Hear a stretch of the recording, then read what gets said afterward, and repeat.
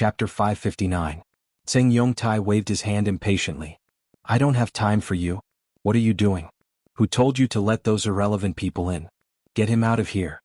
Qin Guang had been annoyed ever since he started chasing after the two internal force users. Everyone knew something, but he just had to keep it to himself. He finally lost his temper. F***CKU. I'm giving you face, but you don't want it. Do you really think I'm that easy to bully? He raised his hand to grab Tseng Yongtai's neck. Tseng Yongtai was also furious. You keep picking fights. Do you really think that you can bully me just because old Master Jean told you about it? Tie him up. Who dares to make a move? At that moment, a sharp yet pleasant voice came from afar. Several silver darts whizzed through the air and landed right in front of the feet of the Beijing Special Affairs Bureau members who were surrounding Qin Guang. They did not dare to take another step forward. At the same time, a petite white figure hurried over from the bushes. Qin Guang raised his eyebrows. Why was Xanqin here? Tseng Yongtai was stunned. The sudden appearance of the little girl made him very wary. You are? Thousand Despair Sect. Xanqin. Xanqin landed next to Qin Guang and held his arm. She glared at Tseng Yongtai. Are you going to make the Thousand Despair Sect your enemy? Tseng Yongtai had heard of Xanqin's name many times. Recently, cooperating with Xanqin's work was also their main focus. However, this little girl had always been mysterious, and her actions were always elusive. It was hard to fathom her. Even though she had been promoted to the position of the president of an association under the General Administration of Sport, no one had ever seen her face. Tseng Yongtai did not expect that Qin Guang would be acquainted with Xanqin after he represented the China Escort Association in the World Championship and won the championship. He carefully looked at Xanqin, comparing her with the few relevant information he had. Her petite and thin stature, her porcelain doll-like face, and her strange footwork that seemed to be stepping on air just now, it was likely that no one would dare to pretend to be her. I'm Tseng Yongtai from the Yen Capital Special Affairs Bureau. Nice to meet you, Miss Xan. May I know? Xanqin waved her hand impatiently. Nothing much. I heard that Brother Qin Guang is here, so I came to watch the fun. After saying that, she turned to look at Qin Guang and said casually, Let's go. We shouldn't stay here for long. Qin Guang shook his head and looked at Tseng Yongtai. Bureau Chief Tseng, I am only asking a few questions. I am also one of the parties involved. Is that too much? Xanqin looked a little distressed, but since Qin Guang insisted, she didn't say anything else. She just pouted and looked at Tseng Yongtai unhappily. Tseng Yongtai first looked at Qin Guang, then at Xanqin. He moved aside slightly and showed Third Master Wen's body to Xanqin. Miss Xan, this is a serious matter. Are you really going to support him? Xanqin glanced at Third Master Wen from the corner of her eyes. Her body trembled and she lost control of her hand that was pinching Qin Guang's arm, causing Qin Guang to feel pain. However, she quickly calmed herself down. There's no need to support him. Just like he said, what he wants to ask is not too much. Mr. Tseng, since you know about it, why don't you just have a chat? With me here you won't be breaking any rules. Just treat it as you telling me and I will pass it on to him. All right. Tseng Yongtai nodded helplessly and ordered the others to continue cleaning up the mess. He brought Qin Guang and Xanqin to an empty corner. I have an impression of the matter you mentioned. We have to deal with dozens of similar cases every year. Normally, I wouldn't pay attention to such trivial matters. However, I happened to look at your file a few days ago. The Special Affairs Bureau is indeed involved in this matter, but it is the work of the Southwest Branch. Since he had decided to speak, Tseng Yongtai did not hold back. Although Qin Guang already knew that this would be the answer, he still felt relieved when he heard Tseng Yongtai say it so casually. At the same time, he also felt sorrowful and indignant. Then who are you helping to cover up the truth? And what's with the food poisoning? Qin Guang asked, suppressing his anger. Tseng Yongtai shook his head. I don't know. You don't know? How could you not know? You've done so much and all the clues have been cut off. Now you're telling me that you don't know who did it? Are you F***king kidding me? Qin Guang's eyes widened. He felt that this guy was still playing Tai Chi with him. Tseng Yongtai did not relent. Instead he said firmly, we really don't know the reason. It's just that after the poisoning case happened, the local department felt strange and reported the matter to us. According to the symptoms of the poisoned person, we speculated that it was suspected to be related to some people from the pugilistic world who used poison. It has reached the standard of handling a special case and we set the tone for handling it, mainly to maintain stability. So you destroyed the evidence first and let us take all the blame. Qin Guang asked. Tseng Yongtai was a little embarrassed, but he nodded. Yes, the simplest way to determine the case is, of course, to directly determine that it was food poisoning. We also can't find out who did it. Our focus is only to eliminate the follow-up effects. As for other things, they are not within our scope of consideration. That's so easy. In other words, in order to save those so-called people from the pugilistic world, you let ordinary people like us shoulder all the responsibility? You don't even know who did it and you're so attentive. Did no one think about whether this is unfair to me and my family? Qin Guang was so angry that he laughed. He only felt that it was sad. Tseng Yongtai was really embarrassed by his interrogation. He argued, I'm also doing this to protect you. It's for your own good. If they insist on getting to the bottom of the matter, once things get worse, they will not hesitate to kill you to silence you. As far as I know, the relevant departments later did not urge your family to pay compensation, right? This is already an appropriate policy and support. You simply don't know what's good for you. Don't know what's good for you? Then I really have to thank you for your great kindness? Qin Guang said sarcastically. Tseng Yongtai was already extremely impatient from the repeated interrogation. Then what do you want? You want to know who did it? I don't know. All of us don't know. Do you want me to bear a thorn and ask for forgiveness? Then I'll apologize to you here, okay? You're not in my position, so you don't know how difficult our work is. Can't you understand a little bit? Qin Guang looked at him for a long time, then shook his head. If you don't want to understand, then forget it, trash. Qin, let's go. He did confirm from Tseng Yongtai that this matter was indeed related to internal force users, but it was a pity that the people from the Special Bureau were more useless than he thought. They did not even dare to investigate and only covered up the traces. When the two of them walked far away, Qin saw that he was still expressionless. She shook his hand and said, in fact, it's useless for you to blame him. These people have always been like this when dealing with us. But according to my speculation, it might be like this. Two people who use drugs happened to meet in your restaurant, and then quietly competed, causing some of the diners to be implicated and poisoned. Qin Guang shook his head. Your theory is not valid. It would be better if my family was just accidentally implicated. But this matter is clearly deliberately targeted by someone. Qin Guang told Qin about the family he met in Yanjing, then said, do you think that if it wasn't deliberate, those people would have made the boy take poison and pretend to be injured, then give him the antidote? Then what are they after? Qin was puzzled. Qin Guang thought for a long time, then spat out two words, Wenwen. From time to time, he would wonder if his relationship with Wenwen had become an entry point for some people to target Wenwen. This possibility was indeed very high, but he did not want to think about it. But when he put together the things he encountered these days, this matter became more and more clear. Presumably, Wenwen also guessed the same. Perhaps she felt guilty, so she had to leave him today. Perhaps she planned to use her power to solve this matter and then give him an explanation. This made Qin Guang feel very complicated. Oh, Wenwen? Miss Wen family. Qin suddenly thought of Third Master Wen's body, then looked at Qin Guang with a face full of disbelief. She stared at him for a long time, then turned her face away. Do you know her? Qin Guang asked. Qin nodded helplessly. I've heard of her, but I don't know her. She's a proud daughter of heaven. How could she know a small fry like me from a down-and-out sect?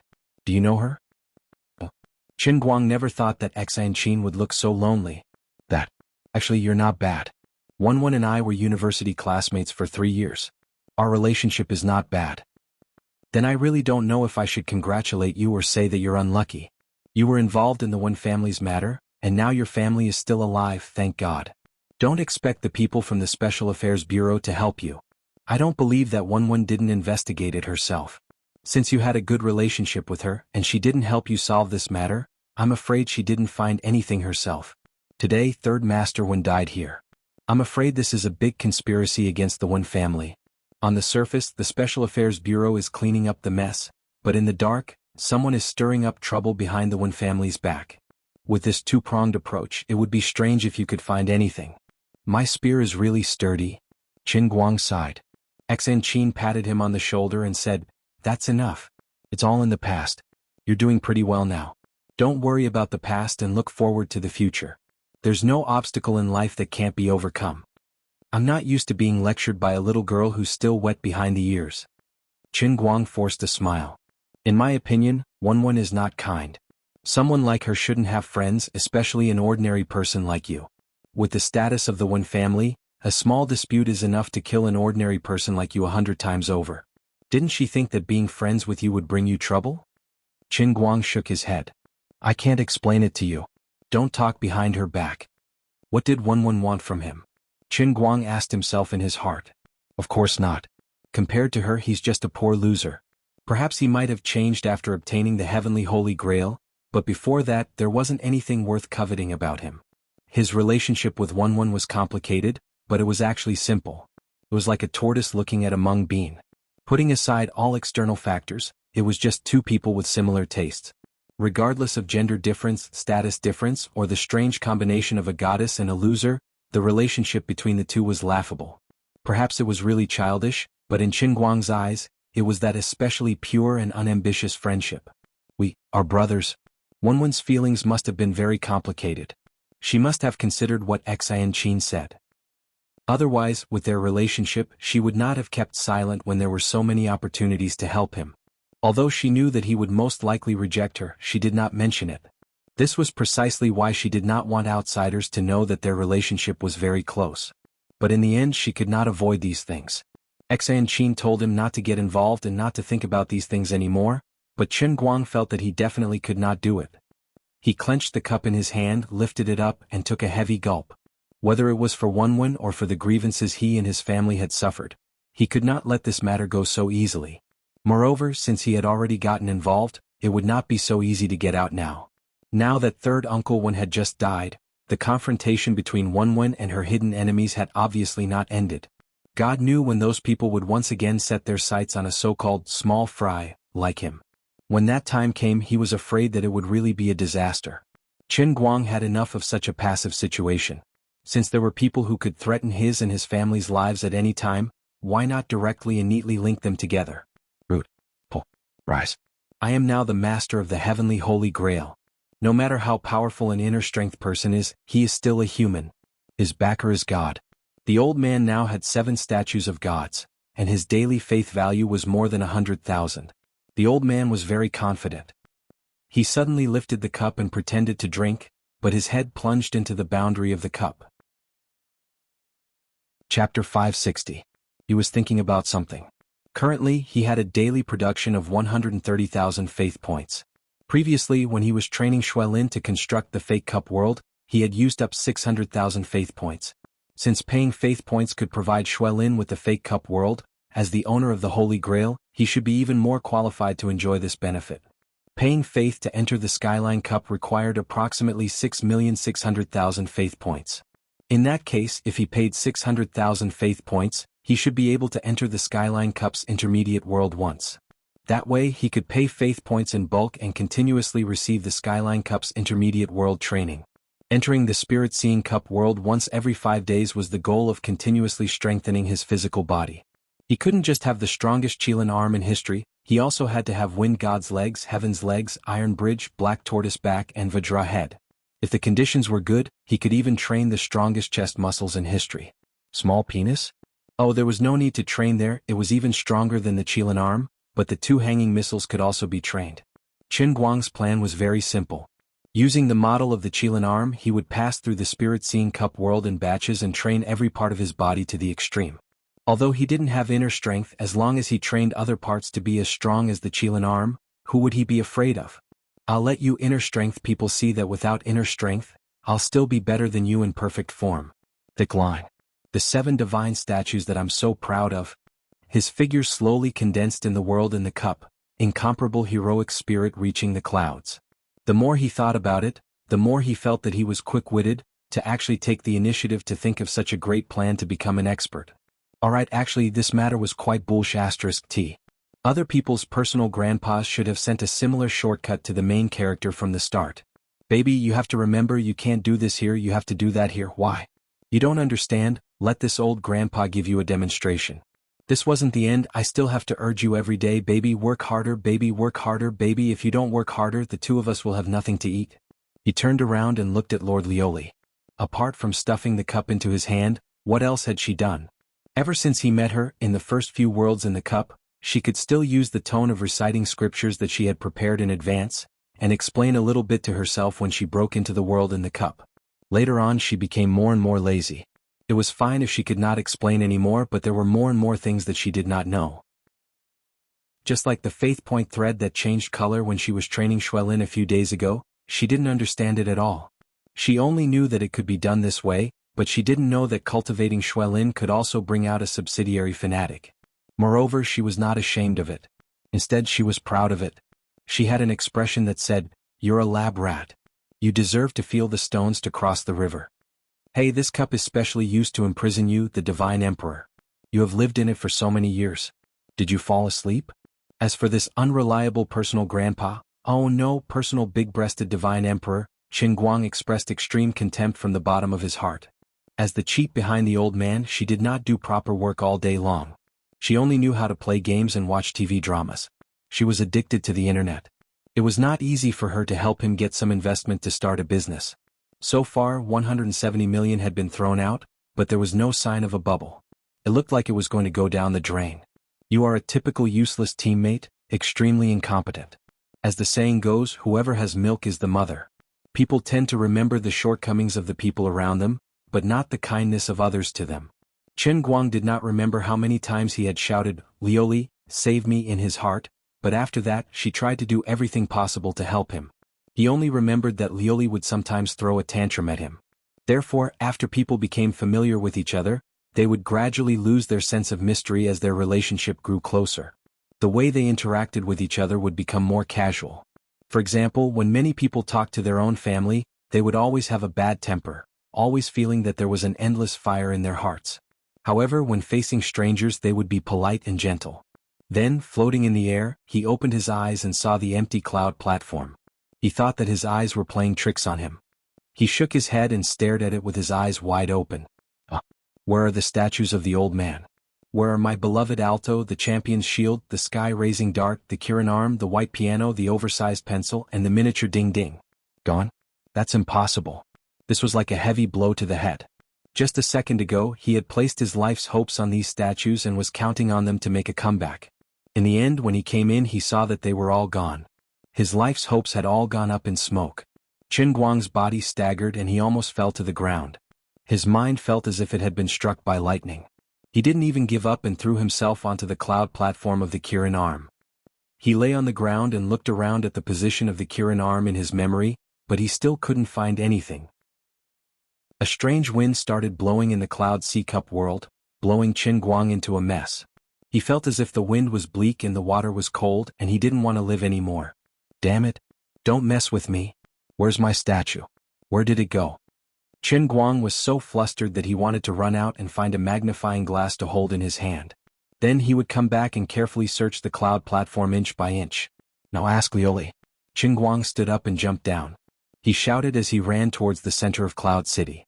Lioli, where's my statue? Where's the statue? No one. She's actually not here? The computer desk was empty. Ever since he gave her a computer, this was the first time Qin Guang didn't see her by the computer. She was a serious internet addict. This was simply a fantasy. Dear Cry Flower, right? Where's Lioli? Did you see her? Qin Guang ran back to the small wooden house and asked. Dear Cry ignored him. My waist is broken. I can't talk. As the culprit who broke her, although he knew she was lying, Qin Guang couldn't do anything to her.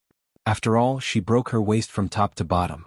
After searching for half an hour in Cloud City, Qin Guang finally found Lioli in a corner outside the city wall. Oh, what a coincidence. When did you come? Lioli had a faint smile on her face. What are you doing here? I often think about who I am, where I come from, where I'm going, and what's the meaning of my God's life. Every time I think about this, I'll find a quiet corner and think about it quietly. I'll watch the tides rise and fall above the sea of clouds. I don't know how long it has been. Lu Li, who was only wearing a bikini feather dress, spoke with a celestial aura. Then where's my statue? Lioli smiled. You can't bring the statue with you when you're alive and you can't take it with you when you're dead. Don't care about the details. You have a whole 3,000 worlds. Don't worry about the gains and losses of this time. As the dignified savior, you have to learn to look forward. But now the faith value is gone. Don't care about the details. This is the natural evolution of the heavenly Holy Grail. Try to feel it with your heart. Your statue has already turned into a sky full of stars and completely integrated into this sea of clouds. They are everywhere. Qin Guang took a deep breath. I felt it, there isn't. That's because your realm hasn't reached it yet. Work hard, fight hard. Sooner or later you'll be able to use your heart to find traces of them. Lioli was still smiling indifferently, but she was cursing in her heart. Damn it, are you done yet? I can't act anymore. It's so strenuous.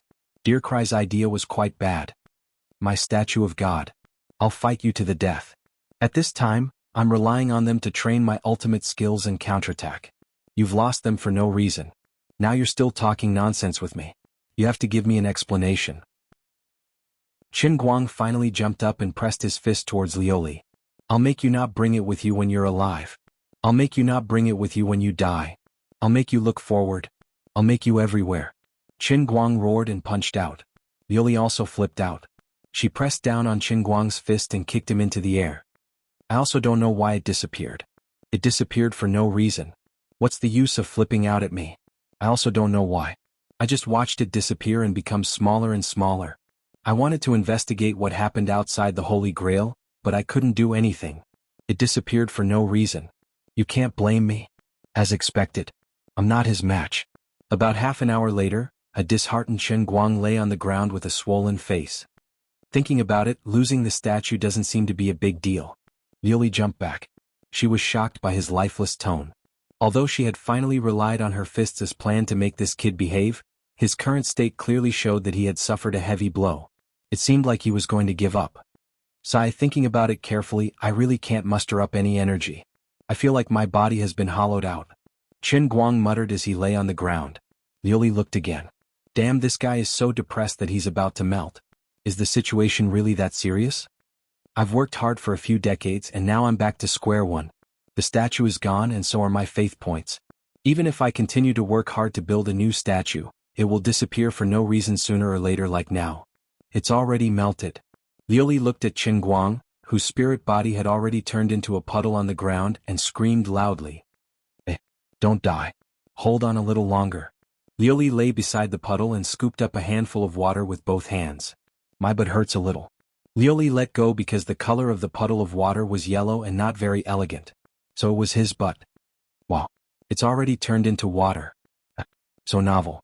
At some unknown time, Lu Minghua had pulled out her roots from the floor of Cloud City. She jumped with the wooden house and looked at Qin Guang on the ground. Lioli rolled her eyes at her. It's all your bad idea. You said to just beat him up. Now that it's like this, tell me what to do? But I didn't tell you to beat him into a puddle of water. He was so depressed that his spirit body melted and you're blaming me? I don't care, it looks very delicious. It doesn't rain in Cloud City and I'm so thirsty. I'll drink a mouthful first. Lu Minghua jumped again. The wooden house and the roots landed on the puddle of water that Qin Guang had turned into. Water sprayed everywhere and the branches suddenly swelled. Ah, so delicious, so comfortable. Lioli's mouth opened wider and wider. Damn. Fuck. I'm going crazy. Zhen is going crazy. Which part of his body did you suck in? Spit it out. Spit it out for me. Lu Minghua burped. I don't know, it feels very nourishing. Chapter 561.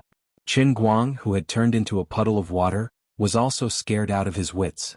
It was already inexplicable that he turned into water in the cup world. Just now, when Lioli picked up a part of his butt, it was even more painful. Now this flower had directly sucked away a puddle of water. How could he not panic? I'm going to die, I'm going to die, I'm going to die. Where did you suck away? Qin Guang screamed. Lioli pounced forward and pretended to grab Lu Minghua's branch, trying to squeeze out the water that had been sucked into her stomach. This was obviously unrealistic. Lu Minghua burped again, then shook her body and half of the branch sprang up out of thin air. She said with satisfaction, "It has been digested." Lioli was completely dumbfounded. Your digestion speed is a bit fast. What should I do? I'm going to die. Lioli, I'm going to die. I don't even know where I've been eaten. Qin Guang continued to scream. You should cheer up a little and transform your spiritual body back for me. Won't you know where it's gone after transforming? Why are you still lying on the ground? Aren't you afraid that she will suck it again? Lioli picked up the wooden box and pressed it to the side. She turned around and urged Qin Guang. About 10 minutes later, Qin Guang slowly returned to his human form, but halfway through he didn't panic anymore. Just now, when he was inexplicably in the form of water, Lioli grabbed his butt, which was very painful. But this time, when part of his body was sucked away by Lu Minghua, he didn't feel any pain. Either he had already died or she had sucked to a place that was not painful or itchy. In the process of Qin Guang's transformation, Lu Minghua also had an accident. She didn't move anymore, but she continued to grow taller at a speed visible to the naked eye. Her branch became translucent, constantly flickering with strange flowing light. Liuli tried to shout a few words, but Lu Minghua completely ignored her. Obviously, she had entered a mysterious state that was beyond Liuli's understanding. Liuli was also having a headache. The more she thought about it, the more she felt like she was being cheated. These two people were more troublesome than the other. Forget about Qin Guang, this mischievous guy, but Lu Minghua who followed him here was also crazy. Once he was crazy, he ate a piece of Qin Guang. If he wanted to do something, he would do it big. Liuli had no idea what would happen after she absorbed Qin Guang's spiritual body. Qin Guang carefully checked every inch of his body, but he didn't find anything missing. Strange, what's going on? He clearly felt like his body was being hollowed out, but why didn't anything decrease? Could it be that a part of his stomach was missing? *CK, this taste is a little heavy. That's not right either. It doesn't hurt anywhere? Even if the most useless appendix was sucked out, there should at least be some pain, right? Qin Guang turned his head and asked Liuli, do I look like I'm missing weight? Liuli looked back at him. Wow. She lost control of her emotions. What's going on? What's wrong with you? You're making me feel very uneasy. Why don't you touch your head? Stupid. Liuli conjured a mirror in her hand and threw it at Qin Guang. Qin Guang caught the mirror with one hand and touched his head with the other. Then, he looked at the shiny salted duck egg in the mirror and was silent for more than 10 seconds before letting out a long sigh. It's just a loss of hair. At most, I'll join the anti-Baldy alliance later. That Baldy president will definitely become an even more loyal fan of mine when he sees that I'm cooperating with him. Have you ever seen a celebrity shave his head to cooperate with his fan club? I'm such an approachable internet celebrity of the new era. You don't seem to mind? Liuli sat cross-legged beside Qin Guang and looked at Lu Minghua, who was still growing taller and had already broken the wooden house. Qin Guang also sat beside her calmly. What's wrong with that? It's just a bald head. At most, I'll be Wu-Ku for a few days. It'll grow back sooner or later. Hee hee. Liuli smiled without saying anything. Don't smile like that. You're giving me goosebumps. Just tell me what's wrong. I'm mentally prepared. Liuli touched his scalp that was as smooth as a boiled egg. Feels really good. It's not bad to think that I'll have such a comfortable bowling ball in the future. You mean my hair won't grow back? Qin Guang faintly felt that something was wrong. Liuli nodded and swung her beautiful black hair to slap Qin Guang's face. You're now in a spiritual state. Your hair in the spiritual state has been eaten. When you go out, your real hair will quickly dry up and then, forever. Damn it. Don't be sad. I think your bald head looks more handsome than usual. Believe me, this is God's sense of beauty. It's not wrong. Don't many football stars like to shave their heads in this world? For example, your favorite Brazilian Ronaldo? Carlos. And what's his name again? Zidane? Zidane, that's the Mediterranean that comes out of hair loss. Forget it, stop struggling. Since things have come to this, you might as well accept reality. Without hair, you can effectively reduce wind resistance when you exercise vigorously. The shape of your head right now is very aerodynamic. As expected of a veteran netizen, these modern words came out of Liuli's mouth like it was a game. Is there really no chance for it to grow back? Don't ask me. This emperor is getting more and more confused about this broken cup of yours. Figure it out yourself. From the inexplicable disappearance of the divine statue to you turning into water, and now dear cry situation, this old lady is also very confused, okay? Maybe, when the heavenly holy grail is upgraded from the one-line sky to the third cloud sky, what new changes will there be? Maybe, when the heavenly holy grail is upgraded from the one-line sky to the third cloud sky, what new changes will there be? As Qin Guang sucked in a cold breath, he roared, I'll be a fool if I believe you. Stop talking nonsense, there's a situation. While the two of them were chatting, the deer cry flower in front of them finally grew bigger and bigger. In just a few minutes, it had actually shot up over 100 feet. The stem that she had broken off earlier grew back. Pieces of green leaves that were larger than shutters swayed without any wind. The flower bud at the top rapidly expanded from its bud state, and then bloomed into a magnificent and colorful giant flower. This flower had a diameter of several feet. Qin Guang touched his bald head and stared blankly at this giant flower that rose up into the sky. Although he didn't want to admit it, touching his bald head was really addictive. So my hair is actually so nourishing. He silently lowered his head and started thinking about the other hairs on his body. He wondered if he could rely on selling his body hair in the future to make a fortune. Liuli chuckled at him again. Qin Guang looked at the giant flower bud that was bent down and hanging in midair. Could it be that a seed will grow from inside? That it will produce a flower fairy? As he said this, the flower stopped moving. It no longer continued to grow taller and taller. It looked exactly the same as when it first appeared in the cup world, except that it was much bigger. Liuli sighed. Is it over just like this? I thought it could transform. Sister Liuli, I'm still lacking something. Help me. The deer cry flower finally spoke. Liuli stood up.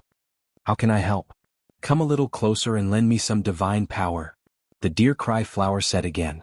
Liuli stood a little closer. Come a little closer. She came even closer. In the next moment, the several giant leaves of the deer cry flower suddenly swept down and swept Liuli up with lightning speed. What are you doing? Liuli wanted to use force to break free, but she was worried that she would hurt the deer cry flower, so she could only scream angrily. Sister Liuli, I'm just a little bit away from transforming. You have to help me. Qin Guang was also shocked by this scene. Recalling that the deer cry flower had just eaten his hair, he thought to himself, could it be that she was going to eat Liuli? *CK. This can't be. Although this female rogue god emperor was very unreliable, although her temper was also very bad, although she had this and that bad, the old man absolutely could not sit idly by and do nothing. Risk it all. Just as he was about to raise his leg and rush forward, he heard Liuli cry out in alarm and put her down. She didn't want to eat Liuli. Dear cry. This old lady has been tricked to death by you. My lustrous feather dress. Oh my God. Lustrous feather dress. This old lady finally brought in the only divine dress and you just let me eat it? Do you want this old lady to not be able to wear it for the rest of her life? No wonder Liuli was so furious. Although her lustrous feather dress had suffered a lot and often couldn't be condensed, she didn't care much about it when she didn't have it. She just used clouds to cover it, and when she could condense it, she just used some cloth to cover her body. More than half of her divine power was wasted elsewhere. But it was different this time. It was completely gone. Qin Guang was happy. Oh, it's the clothes that are gone. Not bad at all. This deer cry is one of us. Opportunity. As an experienced old man, how could he let such a heaven-sent opportunity slip by him? Liuli had just suffered a great change and hadn't thought of condensing clouds to cover her body. At this moment, her smooth and round divine buttocks were swaying in front of Qin Guang like a full moon in the night sky. This was not the first time he saw the benefits behind Liuli, but every time he saw these two halves of the sacred object, Qin Guang felt that his aesthetic standards would be refreshed to a new height. Head can be broken, blood can flow, but benefits can't be lost. I want to see the front. Qin Guang tiptoed forward silently. When he was about to pass by Deer Cry, he fiercely leaped forward, turned his body in midair and opened his eyes wide. Now, success or failure depended on this one move. He sprinted forward like a cannonball. His head gradually passed by Liuli, and his eyes opened wider and wider. At this moment, Liuli was immersed in the pain of losing the lustrous feather robe. How could she have thought that there was a female wolf stripping clothes in front of her and a male thief peeping behind her? When Qin Guang's head completely passed the midline and looked at the pair of perfect creations with pink jade on the peak, his mind was completely blank. What kind of beautiful scenery was this? It could make people forget all the sadness and unhappiness in the world, and thoroughly cleanse their souls. This was simply a demon. In an instant, it devoured all of Qin Guang's consciousness like poison. He had once thought that after spending 200 years in the transient sea, he was already a man with a very firm will. He would definitely not easily lose his reason in front of a woman's body, but now he understood that he was only half right. He did have some resistance towards women, but this time the one he was facing was a real goddess.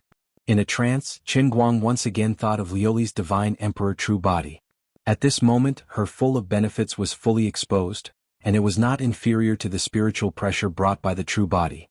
The difference was that it was oppressive torture, but this time it was a completely intoxicating enjoyment. Liuli was cursing when she saw a cannonball darting past her. She turned her head to look. Damn, what's with your eyes? The old pervert's eyes were suffused with a divine light. Are you going against the heavens? The obsession in your heart is a bit too strong. She cried out in alarm and hurriedly covered her head with one hand and her lower body with the other. Pure white mist quickly appeared around her, covering her body first. Before his head hit the deer cry flower, Qin Guang was unconscious. On the other side, the deer cry flower was absorbing the lustrous feather robe, but it suddenly cried out. It was unknown where Qin Guang had hit.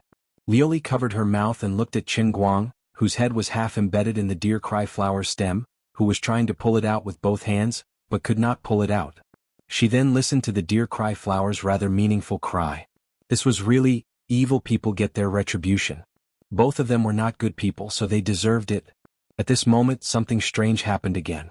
The place where Qin Guang's head was embedded in the deer cry flower suddenly burst out with a dazzling light, and waves of the deer cry flower's divine sense poured out like a tide.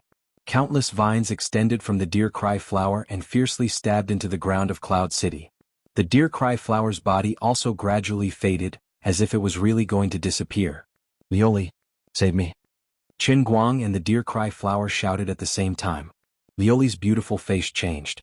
At this moment she finally understood the current situation.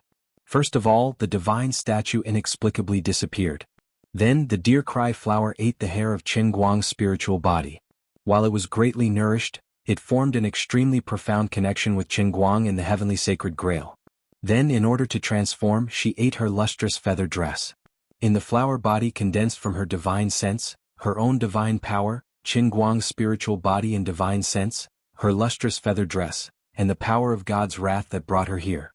The composition of her power became unprecedentedly complex.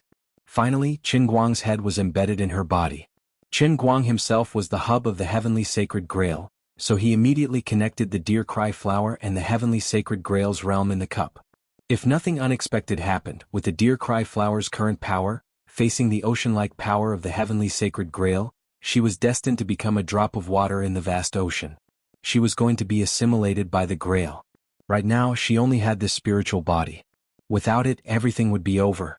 So she called for help. As for Qin Guang, his spiritual body was used as a medium. For a moment, an excessively powerful power passed through his body. Just like a person getting an electric shock, he couldn't hold on any longer. Count it as my bad luck, sigh. Lioli sighed.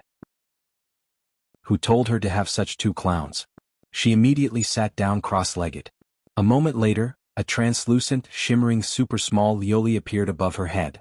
It drew a meteor-like trace in the air and fiercely slammed into the place where Qin Guang and the deer cry flower were stuck together.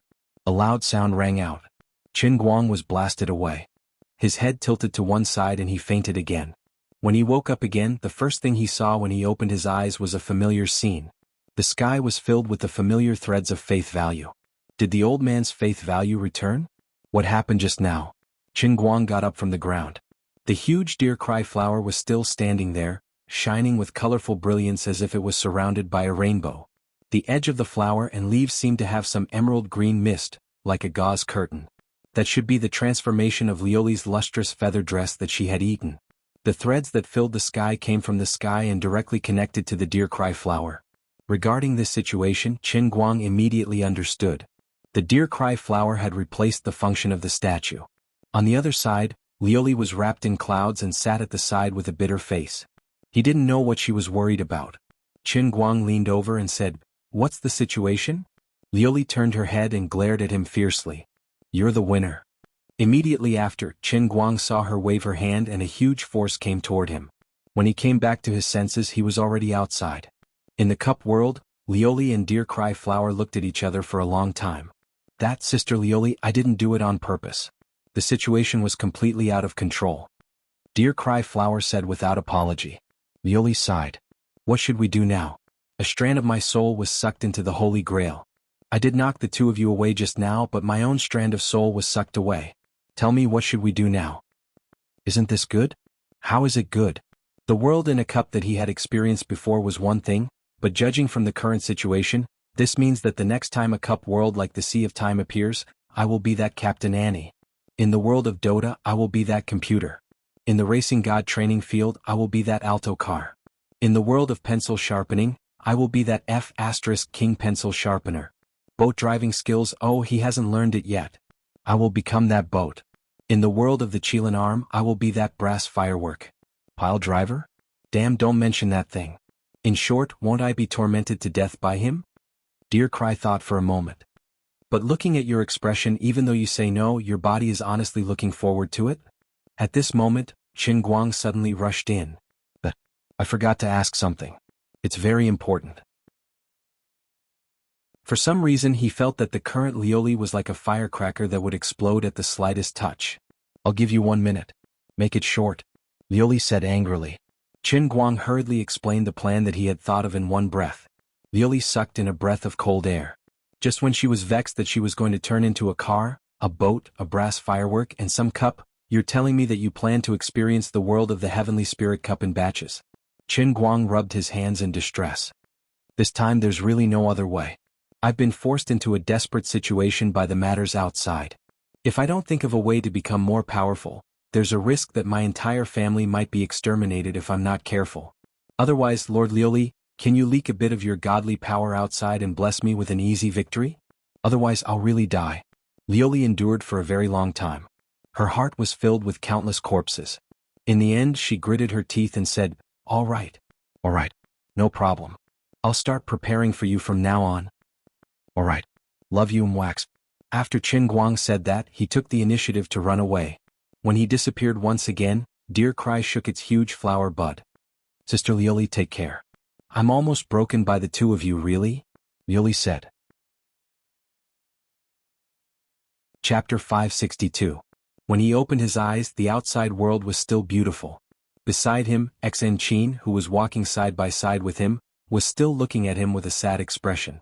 I said something wrong about Wenwen and you're not happy? Did I say anything wrong? Xen Qin raised her nose, looking like a little girl throwing a tantrum. Qin Guang patted her head. You're a kid, you don't understand adult things. I said I'm an adult. Xen Qin stamped her feet and wanted to run away, but after 2 steps she stopped reluctantly and looked back at Qin Guang. Why don't you chase me? Qin Guang laughed. Watch less TV and don't learn these melodramatic scenes. I think you're quite melodramatic. I really don't know what you're thinking. Let's not get involved in the Wen family's business, okay? You look like you won't give up and I'm worried. Qin Guang covered his heart. How can I be so favored by you? Why are you so nice to me? He was almost moved. He and Xen Qin hadn't known each other for a long time, but she was so warm-hearted. If you die, who's going to help me promote darts? I have a master's order. If you die, who will I go to? Xen Qin finally told the truth. Even if you lie to me, it's fine. Don't be so worldly. Qin Guang's touched feelings disappeared instantly. This little girl was too straightforward. At this moment, a gust of wind blew through the mountain forest, and Qin Guang's scalp began to itch. He knew it was time. His life would be completely rewritten at this moment. From then on, he would step on the road of being a powerhouse. To be a powerhouse, first of all, he had to be bald. Although you said so, and Xing Yongtai also said so, maybe if it was someone else they would think that I was courting death. But on second thought, since I was dragged into this from the beginning, do I have a way out? There is no such thing. Even if I bury my head in the ground like an ostrich, those people won't bother me? Since they could look for me and my family once because of Wenwen, wouldn't there be a second and third time? Xen Qin pondered for a long time. Yes. So, I have to become stronger, right? I'm afraid you don't understand what it means to be an inner force martial artist. We are different from you. Even if you're Wenwen's friend, you're just an ordinary person. I want to help you but I'm powerless. It's too late for you to learn martial arts now. Qin Guang shook his head. You don't understand who I am. Little girl, you are still very naive. Xen Qin rolled her eyes and looked at Qin Guang as if he was an idiot. She felt that this person was seriously ill and needed treatment. He must have been scared silly. I feel like I'm about to become stronger. I'll become very, very strong. Qin Guang's face was brimming with a confident smile. As he spoke, the wind blew over his head. His hair snapped in the wind and flew away. In midair, his hair that had been cut off directly turned into specks of dust, thoroughly decomposed by the wind. In an instant, a fresh and dazzling salted duck egg bald head appeared in front of Xen Qin. Under the scorching afternoon sun, it shone with a dazzling radiance. Xen Qin was shocked. Satama-sensei. You also watch One Punch Man? It's pretty good, isn't it? I'm a little surprised. I didn't expect a tsundere loli like you to like silly cartoons. You're bald now. Aren't you even more silly? Life is unpredictable. I can't explain it to you. Xen Qin's nerves were obviously much more tenacious than ordinary people. If it was someone else who saw the person next to them become bald in such a strange way, they would have long been scared out of their wits, thinking that a ghost had shaved his head in broad daylight. She unexpectedly accepted the reality without any discomfort. The two of them had a profound but simple discussion about who was stronger between Saitama and Sion. In the end, neither of them wanted to talk to the other. As a fresh bald head, Qin of course had to defend the honor of a strong bald head, but Qin firmly believed that Sion, who had countless forms, had more potential. The two of them almost fought. This intense topic came to an end when Qin took out a jade bottle from his crotch, oh no, from his trouser pocket, which he had found in the car of the two escaping master warriors. Qin exclaimed as soon as she saw the bottle, "Power pill? Power pill? What's that?" Qin was at a loss as he held the bottle in his hand. Qin snatched the jade bottle from his hand and held it in front of her eyes to carefully examine it. She said, "This is a kind of elixir that is specially used for inner force warriors to take in an emergency to increase their strength. It is jointly produced by our Thousand Despair sect in Thousand Flowers Valley. Thousand Flowers Valley is responsible for making elixirs, and our Thousand Despair sect is good at hidden weapons. This jade bottle is the work of our Thousand Despair sect. It can guarantee the effectiveness of the power pill for 10 years. So powerful?" Qin interest was piqued. Qin was quite embarrassed. "My sect used to be very powerful, but now we can only rely on this little gadget to make a living with Thousand Flowers Valley. Why don't you sell it to ordinary people? It's quite profitable." "For ordinary people, this is a poison that penetrates their intestines. They will die in less than 5 seconds. Fortunately, I didn't eat it." Qin rejoiced. "You snatched it from the two people you were chasing?" "Yes." Qin thought about it and returned the bottle to Qin. She looked like she wanted to say something but was hesitant. "Can you be more honest? Your acting is worse than mine. I know you must have discovered something just by looking at you. Don't be like that. You're making things difficult for me. You're making things difficult for me if you don't tell me." "All right. Actually, only the core disciples of our Thousand Despair sect in Thousand Flowers Valley know about this. Actually, every jade bottle we make has a special mark. I know which batch this is, and I also know who this batch of power pill was sold to." "Who?" "But I don't want to tell you. We can't be friends anymore if you keep this up." The two of them bickered for a long time. When they returned to the city, Qin did not speak to Qin for 3 whole hours. Qin finally sighed. This batch of power pill was produced about 3 years ago. It was sold in batches to a subordinate sect of Poison Sect. If everything went as expected, it ended up in the pockets of Poison Sect's disciples. Since Qin had snatched the jade bottle from the two people, it was very likely that the two people had a close relationship with Poison Sect. Now that Poison Sect was powerful, it was impossible for outsiders to snatch something from Poison Sect's disciples. Qin remembered the name and asked Qin if she knew where the Wen family was. Qin rejected him without hesitation. "I don't know. I won't tell you even if I know." After Qin left, Qin immediately took out his phone and called Wen. She kept her promise and did not lose contact this time. After a while the call was picked up. "I'm home. You don't have to worry about me. Where are you?" Wen's voice was filled with exhaustion. It was heart-wrenching. Qin thought about it and told her everything that happened after she left today. "You're saying that 2 more people came to spy on you?" Wen was vaguely regretting her lack of consideration today. She had left in a hurry. If she had hidden a little longer, she might have been able to catch the 2 people. However, she could not be blamed for that. At that time, she was so confused by the strange movement in her body when Qin approached her that she could not think clearly. "Yes, I had a simple fight with them." "What? Are you all right?" Qin laughed. "So I'm not bragging. Although I don't have inner force, they were not my match at all. I beat them up from the beginning until the end. They could not fight back at all. It's a pity that they escaped. That's impossible. Although you know some hidden weapon skills, there's no way you can fight against inner force in a head-on fight." "You still don't believe me? Listen to me."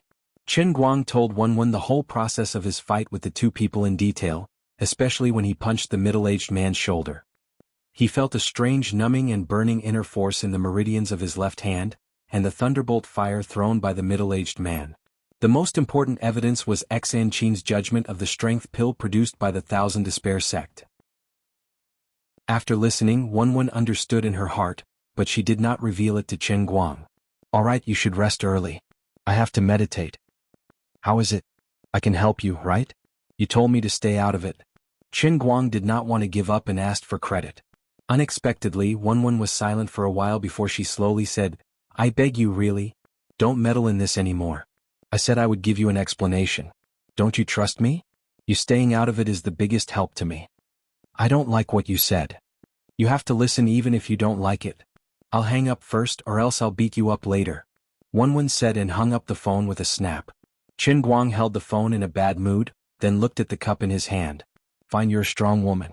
You're great, your fists are big. When the old man achieves great martial arts, I'll make you kneel and sing conquer, to the old man, okay? Rolling his eyes, Qin Guang did not care that it was already night time. He called Qian Ming and took the initiative to say that he was willing to go to the Shun Special Training Camp tomorrow to continue the special training. Qian Ming was overjoyed and immediately reported the news to Old Man Tan.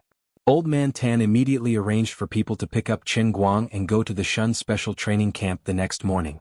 Other than that, he also selected new elites in the Yanjing military region to become the second batch of special training members for Chief Instructor Qin Guang. This was also Qin Guang's request. Qin Guang's plan was very simple. Since he was going to consume a lot of faith points to enter the middle realm of the spiritual heavenly cup, he naturally had to hurry up and increase the production of faith points. The most efficient method was naturally this special training with darts. The next morning he woke up early.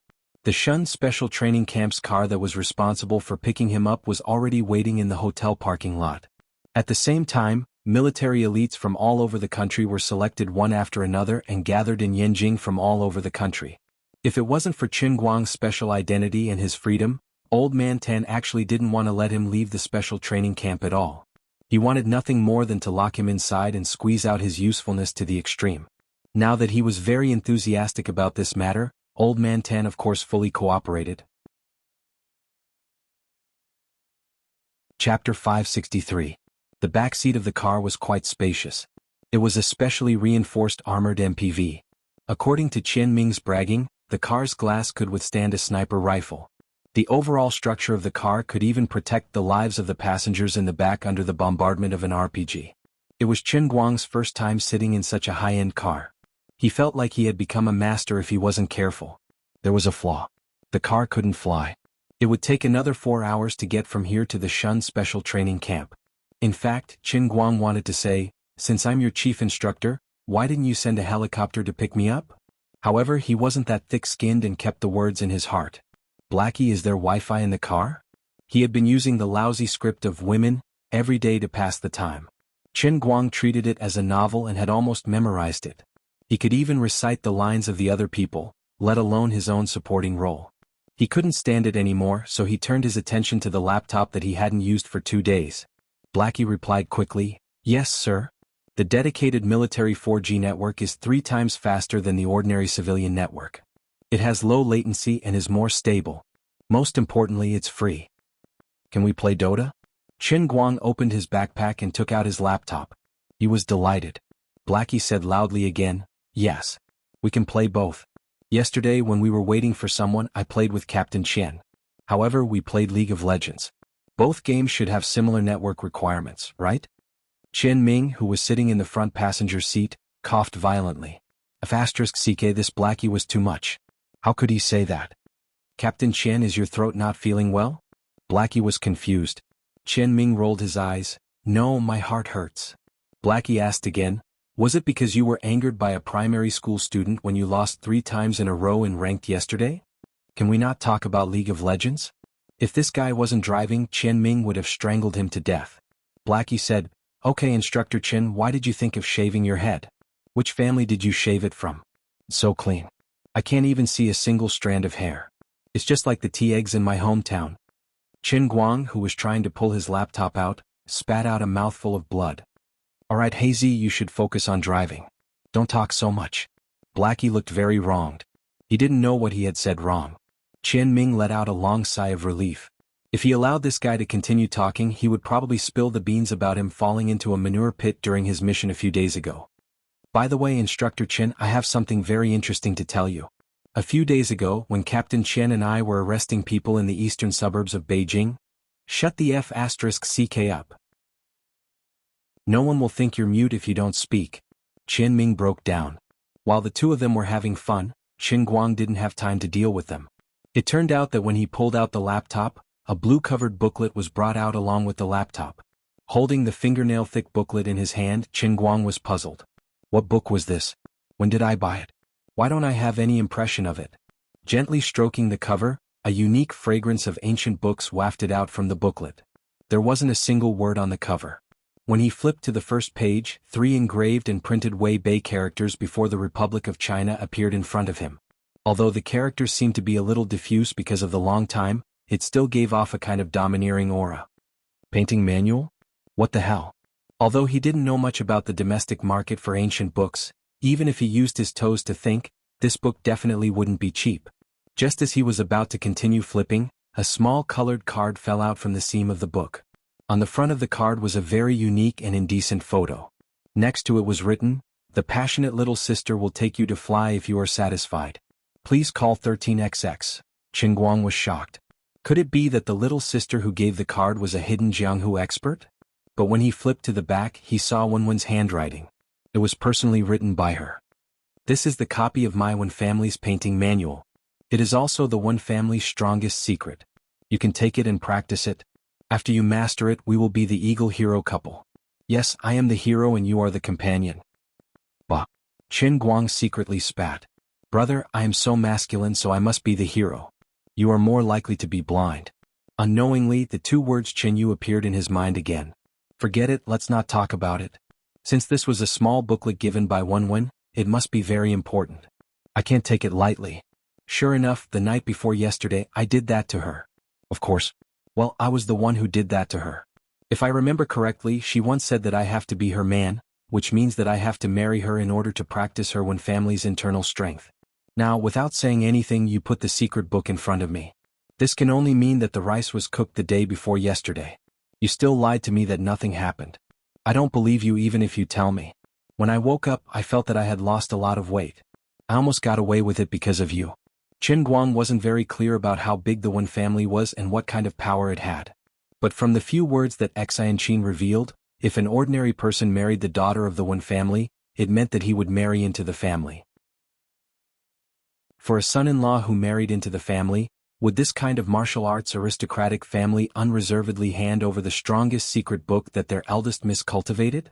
This obviously wouldn't happen. But Wenwen just straightforwardly and neatly put her own secret book in his hands. That's right, it must be because her situation is particularly critical. She needs the most powerful gay friend to quickly grow stronger and then form the divine eagle couple that she talked about. Together they will kill until the world is turned upside down. This person, Qin Guang, will not pass on this responsibility. Qin Guang took a deep breath. Since this was a peerless divine skill that the old man exchanged for by selling his body and soul, then he must take a deep breath and adjust his state of mind. Then he must treat it seriously as if he was on a pilgrimage. He no longer joked around with Chen Ming and Haizi. Throwing the notebook to the side, Qin Guang leaned against the back seat and seriously studied it word by word. The Wen family's Danqing scroll wasn't obscure. Although it was written in the ancient style of classical Chinese, as a university student of the new era, Lord Guang, who had studied from poetry to spring snow in Qinyuan in high school, could basically understand the meaning. Rather than calling this book a secret book, it would be better to say that it was a simple instruction manual for bodybuilding methods in classical Chinese. It was merely the work of the ancients, and after a long period of improvement and practice, it had become a systematic method that could cultivate inner strength. About 3 hours later, he finally memorized this thin booklet word by word. He could already vaguely see the dense forest in front of him. They were almost at the special training camp. Qin Guang closed the book and silently stuffed it into his inner pocket, feeling vaguely melancholy. This secret book was too damn deceptive. The Danqing scroll was divided into 2 volumes. The first volume tempered the body with external skills, while the second volume stimulated inner strength. According to the Danqing scroll, the Wen family's martial arts focused on external to internal. It was naturally best to start building the foundation when one was a child. When one's body and bones had just begun to grow, that was when one was 5 or 6 years old, one would start following the tempering method recorded in the external skills volume. One would train hard every day regardless of whether it was windy or rainy. Apart from this, one also had to supplement it with various medicinal soups refined from various precious herbs. While tempering one's muscles, bones, skin and flesh, one would persevere in soaking the medicine. When one's bodily functions were exhausted to the extreme, one's muscles, bones, skin, and flesh would also turn into sponges, absorbing the various nourishing substances in the medicine. While soaking the medicine, one would also rest. After soaking in the medicine, one would get up to take medicine. After taking the medicine, one's body would be more or less rested, so one would continue to train hard while exhausting one's stamina to temper the body and absorb the medicine. Then, one would continue soaking in the medicine, repeating this process 3 times a day. It was similar to the process when Qin Guang practiced the Kirin arm, but it was more complicated. Through this continuous tempering, one's bodily functions would be trained to the extreme to expand the body's adaptability. It didn't necessarily require much strength, but the quality of the muscles, bones, skin, and flesh could reach the peak of an ordinary person through such daily hard training, until one could reach the requirements of cultivating inner strength. Perhaps each family's cultivation methods were different, the external skills used to temper the body were different, the medicines used were different, and the requirements for cultivating inner strength were also different. Qin Guang didn't have a reference. However, it was written in the painting volume that if a child was at the age of rapid growth, the body would take at least half a year to 2 years to lay the foundation of external force, which was around 6 years old or 7 or 8 years old. Basically, people with some talent would be able to reach the standard and start to stimulate their internal force. After that, they would be able to practice external force while meditating to improve their internal force. However, if the same thing were to happen to an adult, especially after the age of 18, because the body's bones had fully developed, the difficulty of improving the foundation of one's body would increase exponentially. This so-called foundation was not as simple as having a few more muscles after working out, but the evolution and perfection of the most basic cell level from the muscles, bones, skin, and flesh. What made Qin Guang depressed was that the same external skills to lay the foundation, children only needed half a year to 2 years, but adults needed at least 10 years. This meant that if he wanted to cultivate this Danqing scroll, he had to practice external skills as soon as he woke up, soak in a medicinal bath after practicing external skills, and then continue to practice external skills after soaking in the medicinal bath. He couldn't do anything else, and this cycle would take at least 10 years. He also had to take the risk of not being able to master it. After all, even among the children in the one family, not everyone could cultivate inner strength. The difference was only in the talent limit of the muscles, bones, skin, and flesh, which was commonly known as the root bone. Without the root bone, it would be a waste to practice. However, it was fine for a child to do nothing for 2 years, but for an adult to gamble for more than 10 years, it was a little crazy. Qin Guang suddenly felt that when Wenwen gave him this scroll, it was not like she was inviting him to be in the Legend of the Condor Heroes with her. She simply felt that he was annoying and threw a big picture in front of him, tricking him to plunge into learning inner strength, so that he wouldn't be a burden to her. Although she didn't say it clearly, this was the meaning.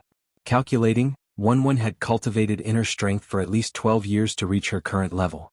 If he started practicing now, he would be like the old man with extraordinary talent.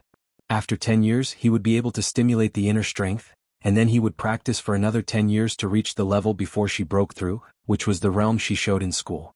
After 20 years, if something went wrong and she lost to someone else, the grass on her grave would be almost 3 feet high, right? He didn't know why, but when he thought of this situation, he felt completely unable to lift his spirits. He entered the Shun special training camp with a melancholy mood. The second batch of military elites that Tan Zhaohua had gathered had not yet arrived.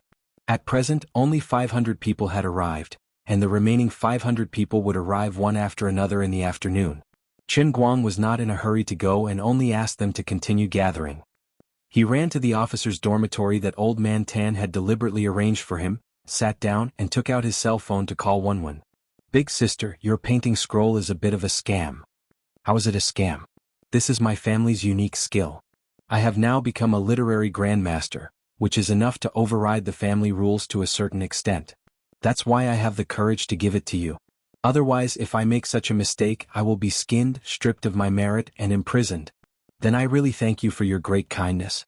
By the way, when did you cultivate inner strength?" 6.5 years. "Why?" "I only practiced outer strength for 2 months and inner strength emerged on its own. I didn't even deliberately meditate, it was very easy.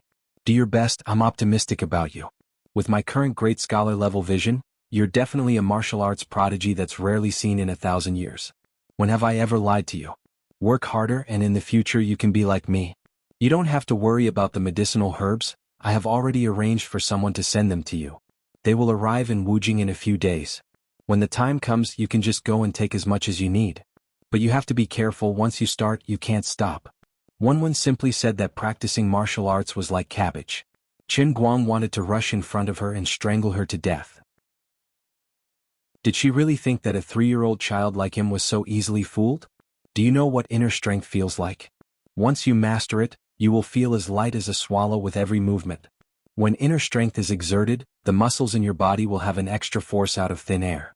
Not to mention now, when I was still in school, you have never seen me use real martial arts. When you saw my strength in school, it was not even 1/10 of my true level. Don't you want to be like me, to be able to easily bend our school's iron flagpole with one palm? What? I remember there was a flagpole that bent before the flag-raising ceremony in my freshman year. At that time, the school investigated for a long time, but they couldn't find the cause. In the end, it was you? Hee, I didn't think much at that time, I just wanted to try it out. How is it? Envious, right? I'm quite envious. Qin Guang couldn't say anything against his heart. Wenwen tempted him again. So, you should start practicing now. But the painting scroll said that it takes an adult 10 years to train their muscles, bones and skin. 10 years, how can I stand it? Qin Guang rolled his eyes.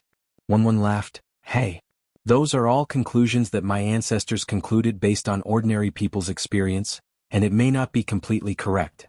For a peerless genius like you, it may not necessarily count. In my opinion, if it's you, at most 2 to 3 years, you can steadily stimulate inner strength. If you don't succeed by then, I will double repair it with you. Chapter 564. Bah. You didn't do dual cultivation the day before yesterday? No, I really didn't.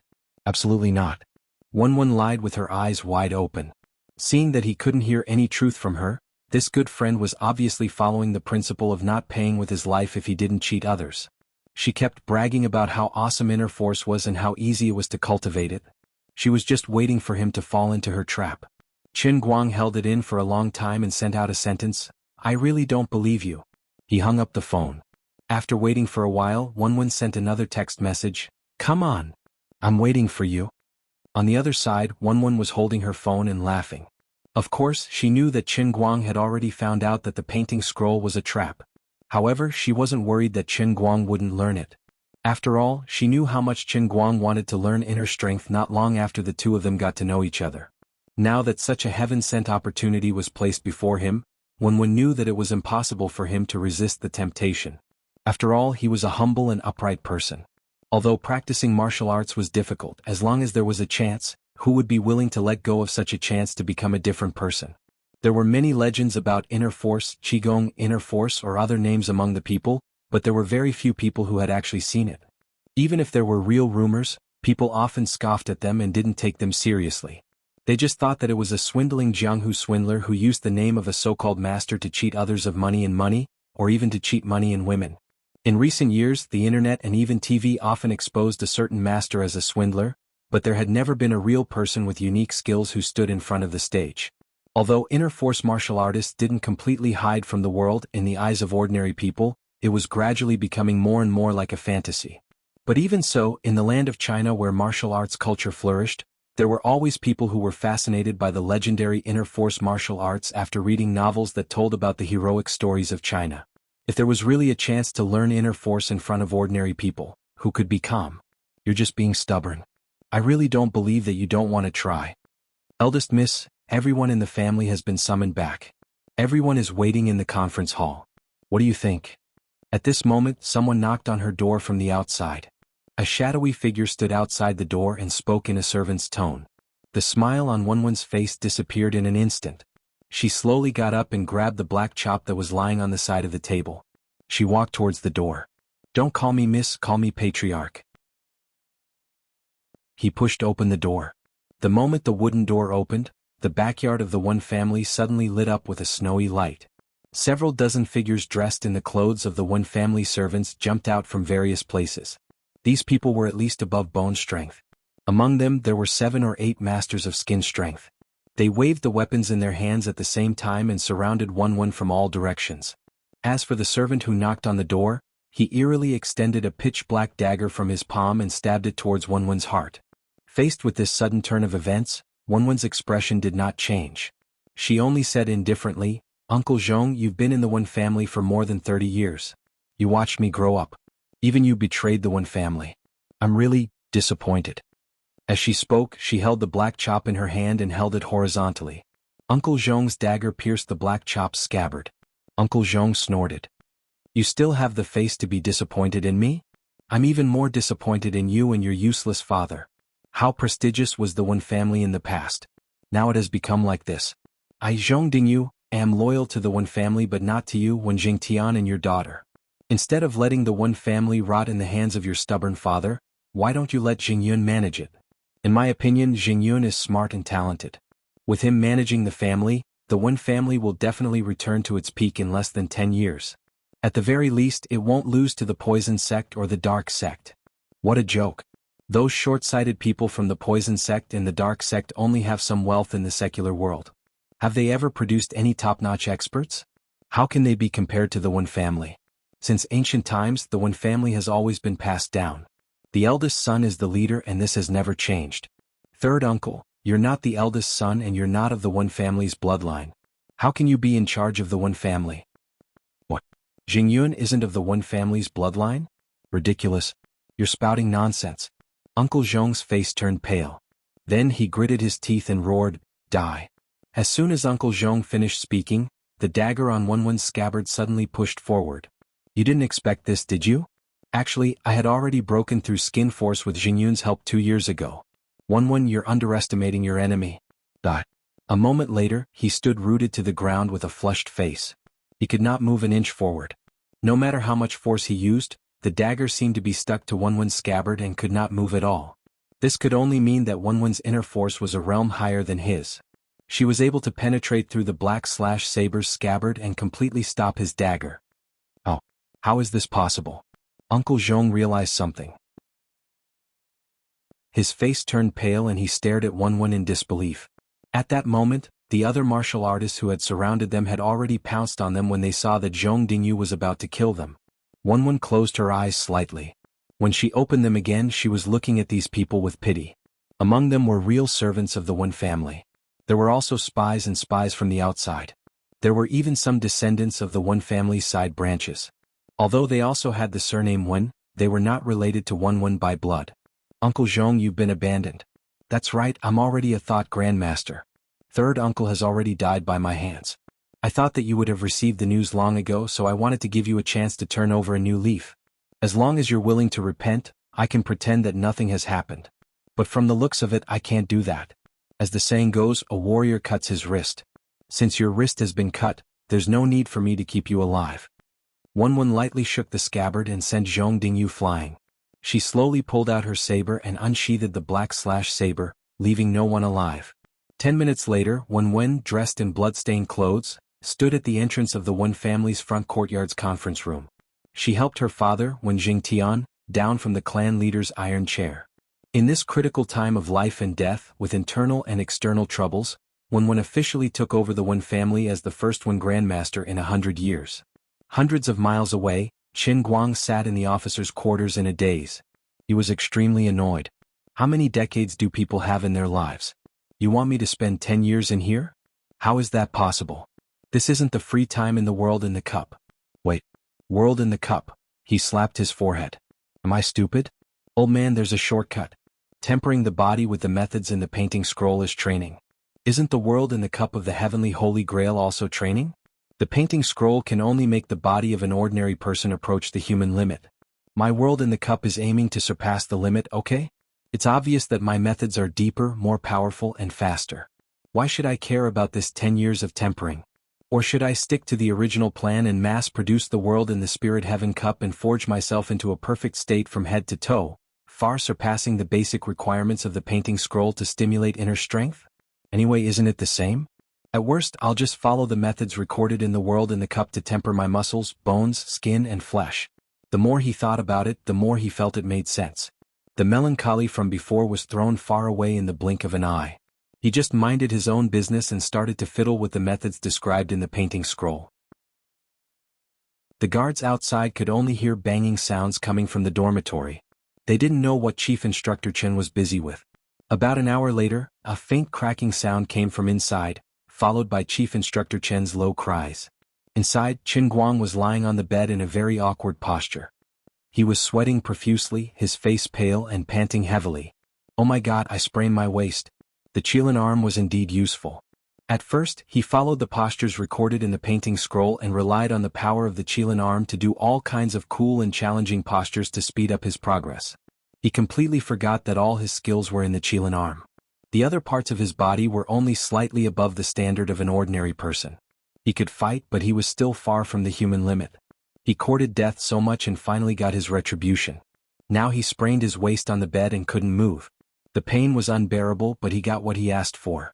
"Hey, is there anyone outside?" He couldn't move at all. He could only call for help. The two guards who were sent to help him were flustered.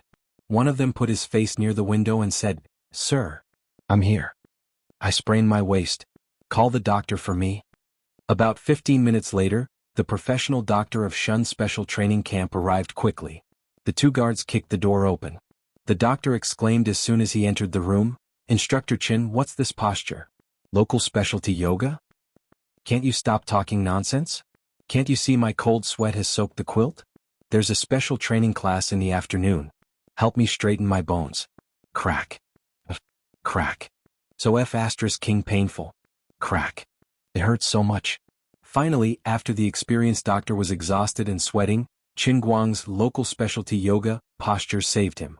"Instructor Qin, although you're young, your body has been shaped. Don't learn the awkward posture of an acrobat. You're lucky today. I treat people's injuries every day in this special training camp. I've seen all kinds of strange moves. That's why I could save you so quickly.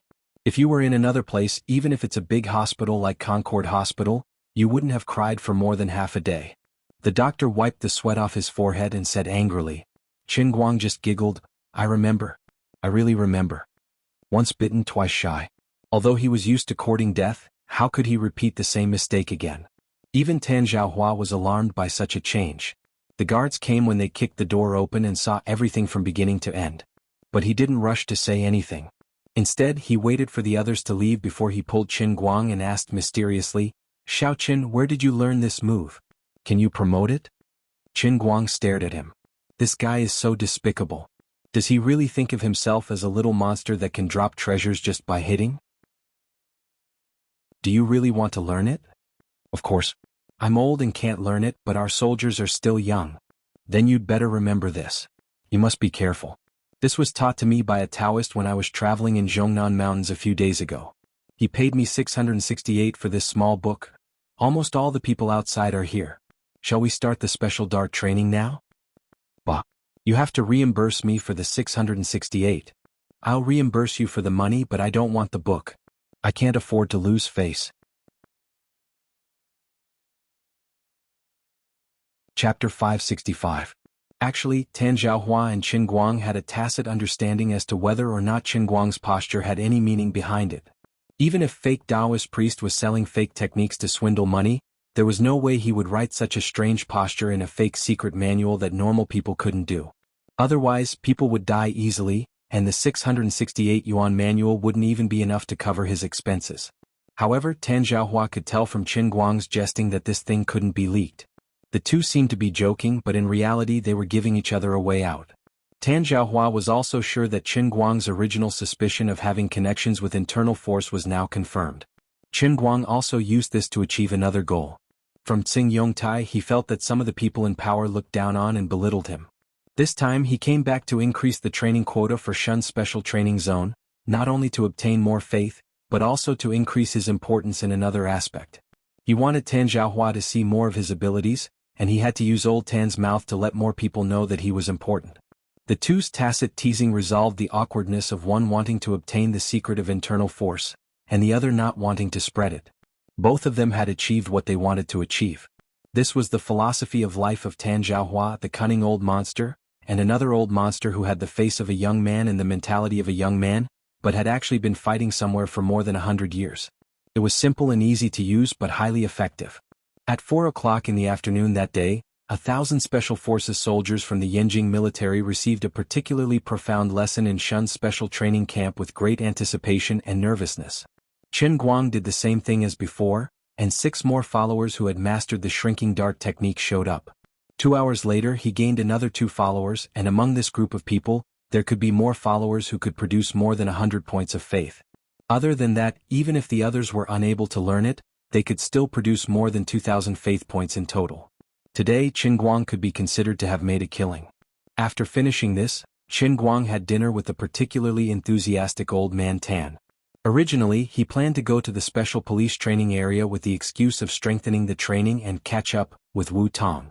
However, when he heard that Wu Tong was sent outside to participate in a secret mission that was close to the special training graduation exam, he changed his mind at the last minute. He stood the police training area up and went back to his dorm to take out his computer. After hesitating for a long time, he finally decided to call his dad. In fact, he had talked to Wenwen before and asked her if there was a need to make everyone close to him more vigilant. However, Wenwen said that it was not necessary. The reason was very simple. If the other party really wanted to attack an ordinary family, it would be useless even if they ran to the ends of the earth, and it would be impossible to guard against it. Now she was already at the level of Wenzhong. Once a martial artist reached this level, they would be at the top of the pyramid in Jianghu.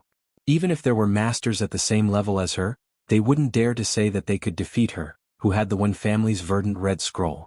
Before she determined the winner between herself and the other party wouldn't dare to attack the family of an outsider like Qin Guang. Moreover, Qin Guang's identity in the secular world was special enough. He was the grandson-in-law of the Jin family. If the other party harmed his family, it would be a taboo in Jianghu, and it would also affect the tacit understanding between Jianghu and the court. Killing in Jianghu was, after all, just a small conflict within one's own. But touching the son-in-law of a powerful political family in the outside world was almost equivalent to shedding all pretense of cordiality. Although Jianghu was strong, there was still a tacit understanding between the court and the court. This was also the reason why those inner-strength martial artists had only left a mark on many big shots over 10 years ago, but hadn't really killed anyone. Qin Guang had become the grandson-in-law of the Jin family by a freak combination of factors. On another level, he had really become his protective talisman. This was something that Jin Shirihua hadn't thought of and no one had thought of. Qin Guang only realized it when Wenwen revealed the truth and analyzed the pros and cons. He was embarrassed. He owed more and more favors and owed more and more. He stayed in the Shun special training camp for 5 days. During these 5 days, he would receive a fixed group of new students from all over the country almost every day. He would receive military elites 6 times and police elites twice. Among them, he had trained nearly 30 dart-throwing disciples one after another. The average daily income of the ordinary students added up was also quite a lot. He had gained quite a lot. He heard that Old Man Tan was interested in separating the nearly 40 people who had mastered the special skill of darts to form a real top special forces team. These things weren't what Qin Guang was concerned about. He was having a headache because of another sudden discovery. What a scam. Lord Luli, I always thought I had a deep understanding of how unreliable you were, but only now do I realize that I was still too naive. Why didn't you say so earlier? Why didn't you tell me such an important thing earlier? Squatting under the giant Deerming flower in the world in the cup, Qin Guang wished he could smoke a cigarette to burn off his melancholy. It turned out that just now, his Dart Cup's production of faith had stopped at a very meaningful number after 5 consecutive days of skyrocketing. There were clearly more than 1,000 people below the stage who had just received his special training, and there were also 2 believers who could provide the greenish-gray halo of faith value threads, but the total production of faith value was stuck there and not moving at all. This subtle number was the daily production of 44,444. After realizing that the situation wasn't right, Qin Guang immediately entered the world in the cup after the training session ended. Lu Li then told him, "Congratulations on discovering a new continent." That's right, after the completion of the Spirit Celestial Cup, the production of faith was indeed limited. After that, it was the scene of Qin Guang facing Azure's roaring emperor. Lu Li chuckled, "Didn't I do this to give you a surprise?" A surprise but no joy. Qin Guang couldn't help but be furious. He had been complacently planning to rely on the special course of darts to reach the heavens in a single step, but this earth-shattering feat had just taken a step forward. How could he not be annoyed? "Didn't I give you a hint earlier?" "When?" "A few days ago when you wanted to rape Fei Fei about this, didn't I chuckle at you?" "That's called a hint." "What else? Do you really think that you can rely on a mere Spirit Celestial Cup to reach the heavens in a single step? Is there such a good thing? The Heavenly Sage Grail has a total of 9 heavens, and the Spirit Celestial Prodigy has just started. Their level is extremely low, and this world in the cup can't even be called a complete small world. The amount of faith it can hold is not much to begin with. At first, I thought that 40,000 would be the limit, but now it has stopped at 44,444.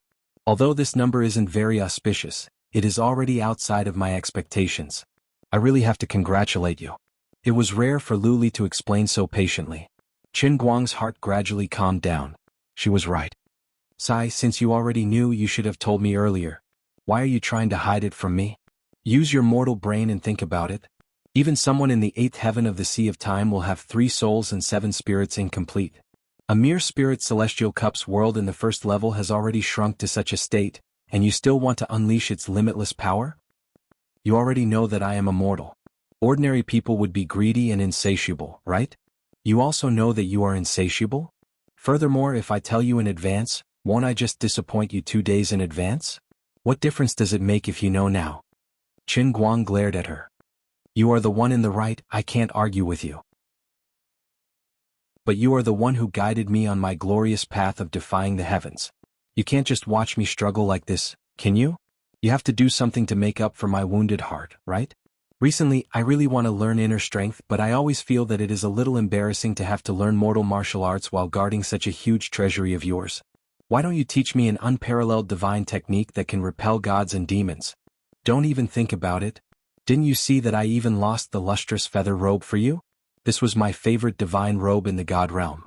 Do you know how many existences below the god emperor realm spent hundreds of millions of years to forge this divine robe? How many gods had their divine souls shattered because of this? Furthermore, you have only cultivated the heavenly sage grail to the 2nd level, and you want to learn the techniques of gods? The godly power that comes out from my spit can also cause you to explode, alright? Your robe was obviously eaten by that flower. Why are you blaming me? Don't you see that I am even more miserable? My body, hair, and skin are all given by my parents. It is a sin to lose even an inch of skin. Now, I can even accept the miserable situation of being bald. What is a mere lustrous feather robe to me? Just as the two were chatting, suddenly Qin Guang and Liu Li froze at the same time. It turned out that the faith value of the Dart Cup, which originally stopped at 44,444 units per day, suddenly increased a little and became 44,445 units. What's going on? Liu Li looked confused. You don't know anything again. Qin Guang pointed at Liu Li's nose. Can you be a little more responsible? You're always like this, it makes me feel that my future is bleak and bleak. At this moment, Lu Minghua, who had been silent, suddenly spoke. I just grew a fresh tender leaf. Maybe it has something to do with this? Liu Li clapped her hands. Yes, that's the logic. Little wimp, let me tell you, the limit of your Dark Cup's world was originally 40,000. But this empress planned ahead and summoned Deer Cry ahead of time. After a series of ingenious strategizing, I let the lively little deer replace your divine statue. Now, it is precisely because of the growth attribute of her plant characteristics and the profound connection she maintains with your Dark Cup's world. As long as her strength slowly recovers and strengthens, your Dark Cup's world of the lowest level will also obtain the potential to grow along with her. How is it? Does this empress's meticulous planning still enter your eyes? Qin Guang, Lu Ming, Qin Guang and Lu Ming simultaneously recalled Liu Li's completely dumbfounded expression when that unfortunate incident happened that day. Especially Lu Ming, who knew that Liu Li's divine soul had been integrated into the Holy Grail, was the one who suffered the most. Now, she actually had the face to say that she had a meticulous planning. Even in the endless God realm, this ability to shamelessly lie with her eyes wide open was almost unparalleled.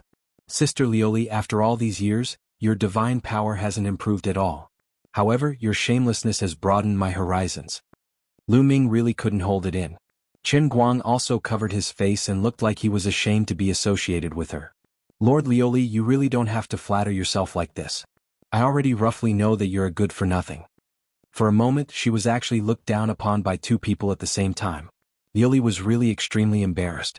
She felt that she needed to do something to restore her image in Qin Guang's heart that was about to collapse. Her eyeballs rolled around and she carefully waited.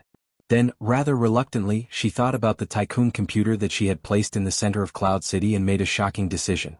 Are you looking down on me? She glared fiercely at Qin Guang and asked. Qin Guang shook his head. There's no such thing. This lowly one can look down on anyone but you. You're a dignified god emperor, the greatest existence below the Master God in the Endless God realm. Among the many God Emperors in the Endless God realm, you're also the strongest God Emperor who ranks at the top. Whoever dares to blaspheme your dignity as your savior, I will not live under the same sky with them. I will definitely tear them to pieces. Lily really couldn't say a word for a long time. Clearly, every word that this guy said was so pleasant to listen to, but when it came to her ears, it just sounded so strange. You, Lord Lioli, you're responsible for meticulous planning. This lowly one is responsible for charging and breaking through the enemy lines.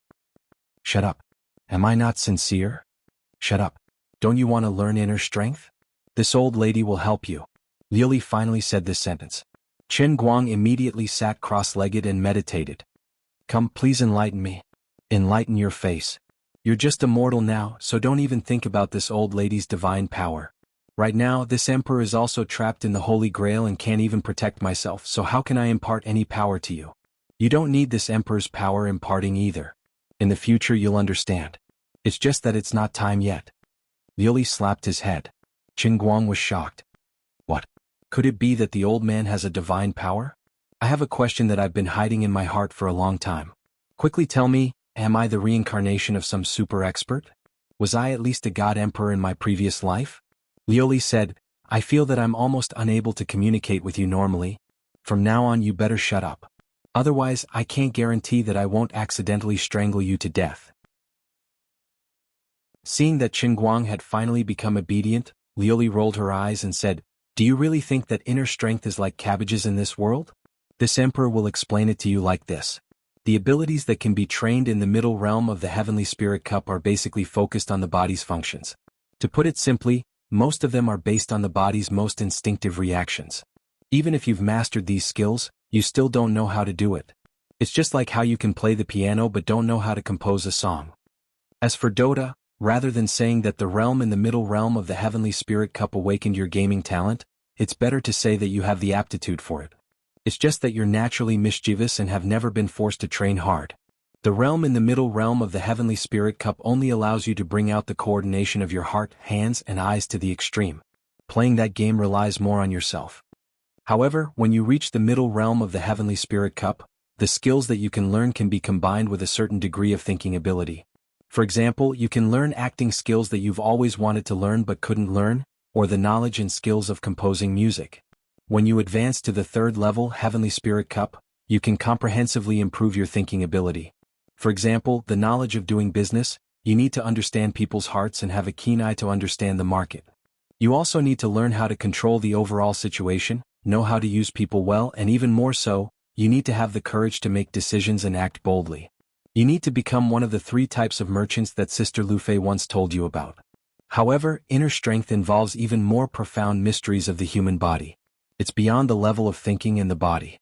If you want to use the Heavenly Spirit Cup's realm in the middle realm of the Heavenly Spirit Cup to practice the One Family's painting scroll, you need to at least reach the 4th level Heavenly Spirit Cup. What the hell? The 4th level Heavenly Spirit Cup? Are you King kidding me? Alright, you don't need to say any more. I know that this is a part of my lifetime. Right now, I don't even know when this Heavenly Spirit Cup will end. What's with the 4th level Heavenly Spirit Cup? I won't say anything else. I'll go to heaven first. After I die of old age, remember to write an epitaph on my grave. I wanted to ascend to heaven but failed, so I ascended to heaven first. I hope that I won't be cheated in my next life. Lioli took a deep breath for a long time before she resisted the urge to beat him up. She gritted her teeth and said word by word, Didn't I just tell you? Help. How do I help? With my life. Don't worry about anything else for now. Just follow your original plan and train your body to perfection, then we'll talk about the next step. You actually dare to look down on me? I'll let you have a taste of what it means to be a super cool one-stop service. After Chen Guang left, Dear Cry asked in bewilderment, Sister Lioli, do we really have to work so hard?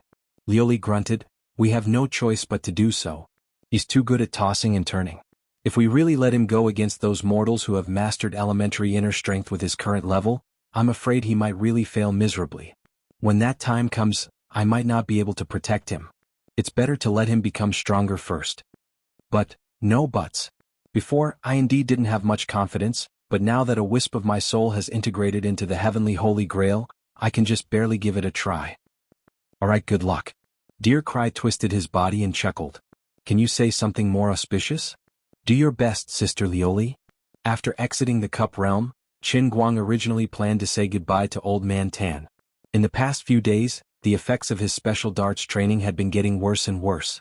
There were only so many top-notch military experts in the country, and he had already trained thousands of people. The people he found later couldn't keep up with the basic training, and it wasn't easy for them to awaken as believers, so it would be a bit of a waste of time if he continued. Moreover, he was actually quite selfish. It was quite boring to do things that didn't benefit him. Must you really leave? Old Man Tan pulled Qin Guang reluctantly. Qin Guang nodded and said with a solemn expression, "Those of us who comprehend the Tao through darts act bravely and diligently, and the most important thing is fate. We must not stay stagnant for too long. The path of enlightenment is just like rowing a boat against the current. If you don't move forward, you'll fall behind. Last night, I observed the stars and saw that Venus was flickering. This constellation is reminding me that it's time to leave.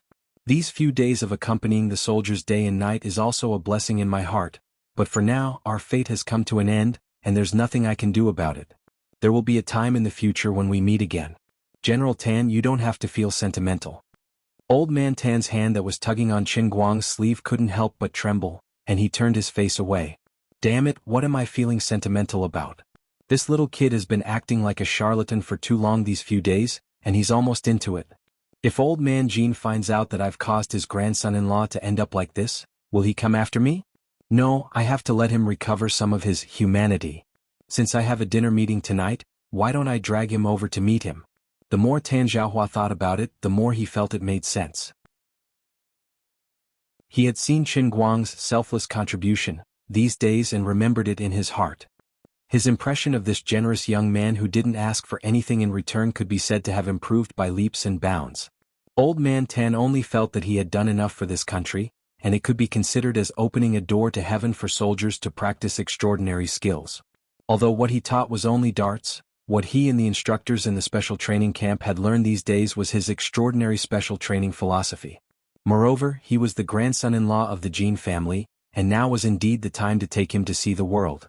Presumably, Old Man Jean would also be grateful to him. Tan Zhaohua thought so, and he pulled Qin Guang even more tightly. You can leave if you want, but let's go to Yanjing to have a meal first. Just think of it as me sending you off, okay? Do we need to go to Yanjing just to have a meal? Qin Guang was puzzled. Tan Zhaohua rolled his eyes. Anyway, won't you have to go to the airport in the western suburbs of Yanjing to return to Wujing? It's on the way. Chapter 566. In the face of Old Man Tan's enthusiasm, Qin Guang couldn't resist. Alright. General Tan, please don't pull my clothes. I'll go, alright? Even if Qin Guang was beaten to death, he would never imagine the consequences of his decision. Then again he regretted it roughly 5 hours later. It was rare for him to be in the same bus as Tan Zhaohua. By the time they arrived in Beijing, it was already past 5 in the afternoon. When you go up later, you may see some people that you usually don't see, but you don't have to be too nervous. They have almost heard of your name and have a good impression of you. Relax and act like a young man. Do what you should do and don't be restrained. Before getting off the bus, Tan Zhaohua helped Qin Guang straighten his collar and said, Actually, I wanted you to come in a military uniform. What happened to the meal? Qin Guang felt like he had been tricked. Tan Zhaohua smiled. It's just a meal. I told you not to be nervous. Just relax. You keep telling me to relax. You're clearly hinting that there are a lot of big shots up there. Qin Guang turned around to leave. He wasn't afraid of big shots, but he was afraid of a specific person. It was Jin Shiyue's grandfather who attacked him after the concert last time. God knows if that old man was up there. Tan Zhaohua was not willing to let him go just like that. He grabbed him tightly and said, You stinking brat, don't get me into trouble. Before I came here, I told those old guys that I would bring our little hero here to let everyone know him. Now that you're gone, how am I going to explain it to them? Won't my old bones die from drinking it to death today? Listen to me. You're no longer an outsider. I know you don't like to be controlled by others, but meeting people and leaving an impression won't do you any harm, right? It'll be more convenient for you to do whatever you want in the future. I don't think so. I'm just a commoner. This kind of national affair naturally needs talented young talents to contribute. I won't blindly meddle in it. I'll just live my own simple life. but in the end he still went up. He really couldn't bear to see Tan Zhaohua so aggrieved at his age. There was another factor that prompted him to make this decision. Tan Zhaohua originally wanted to bring him to the table of a group of old men, but seeing that he refused in every way, he told him the truth. Other than the main hall where the old people gathered, there was also a side hall where the young people sat. When we get there later, if you really don't want to sit with us old men, I'll arrange a seat for you at the young people's table in the side hall. You can come over to say hello and walk around. I heard that old Master Jean hasn't been feeling well for the past 2 days, so I don't think he'll really come. Tan Zhaohua reassured Qin Guang and he accepted it with a smile. Under the guidance of the guards, the group passed through the garden-like house and went straight inside. Qin Guang was also speechless on the way. With the land price in Yanjing, one could enjoy such a large garden-like hotel? This was very domineering and classy. Yanjing in August was still a bit hot during the day, but at this time of night, the forest path revealed a cool and elegant atmosphere. A few large lotus leaves grew in the roadside pond, and under the reflection of the moonlight, a few thick and colorful shadows were sprinkled on the water surface. It was unknown whether it was the sound of frogs or toads coming from the side of the pond. It wasn't noisy but had a different kind of charm. Under such a quiet and charming scenery, Qin Guang keenly discovered the guards in camouflage in the shadows of a few small trees. The seemingly loose but actually strict security here revealed the tip of the iceberg in front of him. As if sensing the change in Qin Guang's temperament, Tan Zhaohua, who was walking next to him, said quite casually, 2 more steps and we'll be there. He pointed to the orange-tiled roof that vaguely peeked through the gaps in the bushes in front of them. It's rare for the old men to gather together today, so the security work is more serious than usual. Don't mind it. When we arrive, I'll ask the guards to take you to the youth hall. When it's about time, I'll come and call you or we'll come and say hello. Don't run away in the middle of eating, remember? As the two approached, a group of old men were quietly hiding behind the wooden lattice window and peeking at the intersection. Looked quite funny. What are you looking at? Look at how disrespectful you all are. Don't you feel embarrassed if outsiders see you? An old man was blowing his beard and glaring at the group of people who were leaning against the window. Haha, old Jean, you also have a day where you feel embarrassed? So what if everyone wants to see your grandson-in-law? I think this young man is not bad. He's presentable and not embarrassing. Jiang Yage's grandfather teased. I'm too lazy to talk to you. I just feel that Xiao Tan shouldn't have pulled him over today. My Jean family doesn't have that many rules. Young people are responsible for their own affairs. It's too early to rush to meet him. Who knew that a certain someone rushed out from home to rush to his granddaughter's celebration party a few days ago and caught a cold? Today he ran over with a runny nose and a gluttonous appetite? What are you after? Old Jiang, do you really have to ruin my show? Both of you stop talking. Today I asked Xiao Tan to call Qin Guang over because he's helped us a lot in Shun these days. There are too many people here, so don't let him come over later. Old Jiang, take 2 people to the youth hall and have a drink with him. Say hello and ask the other young people to help out. That's enough. Jiang Yage's grandfather was unhappy. Why?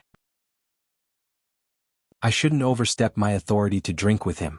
It should be old Jean, right? Right? Isn't that right, everyone? The other old men followed suit and ridiculed old Master Jean. That's right. Old Jean, it's rare for you and your granddaughter to gather in the same courtyard. You have to go and say hello. Otherwise, he might think that you have something against him. Be careful that your granddaughter doesn't like you. Old Master Jean was egged on by everyone. Actually, he was quite tempted too. All right. I'll go. What's there to be afraid of?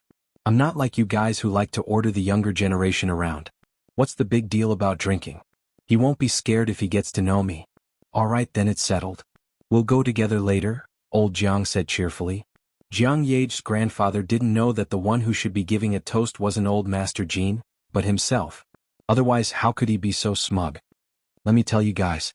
That brother of mine is the almighty superhuman Qin Guang on the internet. He's also Jean Shiyue's boyfriend. You guys know him, right? Yes. How could I not know? He's so famous. Hey, you don't say. He's really amazing. At that time, the 2 pianists were injured. All of us thought that we were done for and that the concert couldn't go on. There were 2 pianos there, but no one was playing them. There were many pianists accompanying the songs later on. What should we do about the concert? What do you guys think we should do? Lin Jingwei sat at the big round table in the youth hall. He was beaming with joy and looked like a storyteller. The others were also interested in what he said. They were all familiar with each other. Naturally, there were people who supported Lin Jingwei. Brother Jingwei, just say it. Don't leave us hanging halfway. That's right. Brother Jingwei, why are you like the storyteller in the tavern in the TV dramas? Lin Jingwei lightly slapped the table. At that time, my brother Guang stood up and said, I'll do it. A high school girl with braided hair covered her mouth and laughed. Brother Jingwei, look at what you're saying. I thought Uncle Guping said, I'll do it. Don't tell me that your brother Guang is Baldy Wuku? Lin Jingwei stared. What are you saying? Although brother Guang's name has the word light in it, his hair is as lush as the small forest behind the South Sea Court. Let's not talk about his hair. At that time we all knew that he could play the piano. Very good, the problem of one piano was solved. But there were two pianos on the stage. They needed two pianos to accompany them. One person was not enough. In the end he still said, I'll do it. And then this guy exploded. He actually played two pianos by himself. He really played them off the stage. Look, I was below the stage at that time and recorded the whole thing. What do you think? Awesome, right? Lin Jingwei took out his phone and sent it to these people one by one. His father had said not to stay at home all day. If word got out, people would gossip and say that old Lin's son was a good-for-nothing. It was fine if he didn't join the military or politics, but if he became a shut-in after studying, it would be a disgrace to the Lin family. Since he was already here, he might as well take things as they came. Although he didn't like this scene since he was dragged here today, he had to put on a good show. He had to become the center of the conversation at the table. He showed the video of Qin Guang to these people. Actually, it could be considered as laying a foundation for Qin Guang's future. With his face and introduction, everyone present also knew that this Qin Guang and I, Lin Jingwei, have a close relationship. Let's put our relationship aside for now.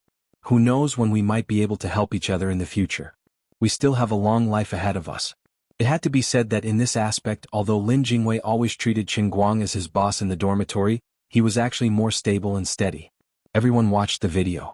Actually, some of them had watched the live broadcast of the concert at home and knew that the prince consort of the Jin family was in the limelight that day. However, they still cooperated and put on a look of amazement. The girl who said that Qin Guang was bald, Wuku teased, this brother Guang's hair is really lush. He's quite handsome. Oh right, didn't brother Bai say he was coming? Why isn't he here yet? Another person asked Lin Jingwei. Lin Jingwei shook his head. Just now he said he still had a meeting at the company. I don't know when he'll be done. Brother Bai isn't as free as we are now. He's the vice president of Tianjin Group. In his heart, he was thinking that it was good that he wasn't coming. Recently, he had been pestering him to the point of breaking down. That good brother of his was obsessed with Qin Yu.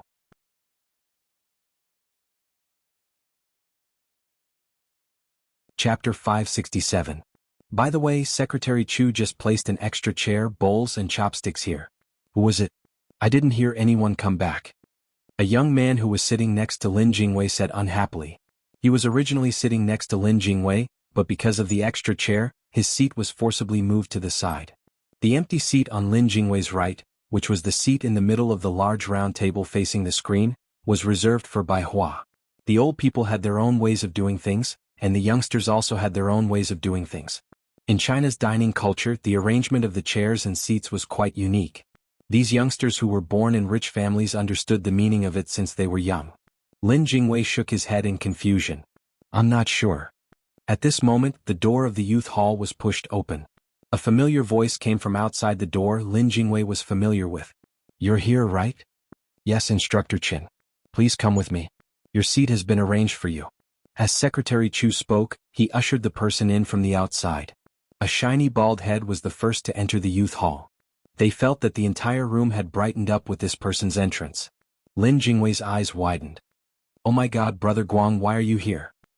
Your hairstyle is a bit too domineering. He silently turned his face away, trying hard not to laugh out loud. Damn it, he was just blowing on his beautiful hair. You really know how to make things difficult for me. When did you become Wuku? Can't you at least give me a greeting? The high school girl from before was the first to break down. She was obviously a veteran of 2D video sites. She was quite quick-witted and had a rather carefree personality. She slammed the table repeatedly. Wuku. It's really Wuku. Qin Guang turned his head and glanced at the girl before he awkwardly followed Secretary Chu to sit beside Lin Jingwei. At the same time, he was feeling unhappy in his heart. This girl wasn't giving him any face at all. Even if my hairstyle is really that ferocious, Is there a need for you to slap the table and call me Wuku? Do you think I don't understand that joke? I'm also an old hand, okay? These rich second generations are more unruly and difficult to get along with than I thought. Sure enough, not every second and third generation is as mature and sensible as Lin Jingwei and Bai Hua. No, Bai Hua is poisonous. Lin Jingwei saw that Qin Guang's expression was not very happy. He also realized that this joke might not have come at the right time. Brother Guang, don't misunderstand. I was just bragging to everyone that you said, "I'll do it," before you went to play the piano at the concert. Didn't people think of Wuku because of that? You also have the word, light, in your name. I'm really not targeting you. The little girl also laughed. She held her stomach and explained to Qin Guang. Qin Guang saw that she looked quite obedient, so he did not hold it against her. Seeing that he had acquaintances here, Secretary Chu, who originally wanted to help introduce him, tactfully retreated. With Lin Jingwei bringing Qin Guang into the circle, there was nothing for him to do as a secretary.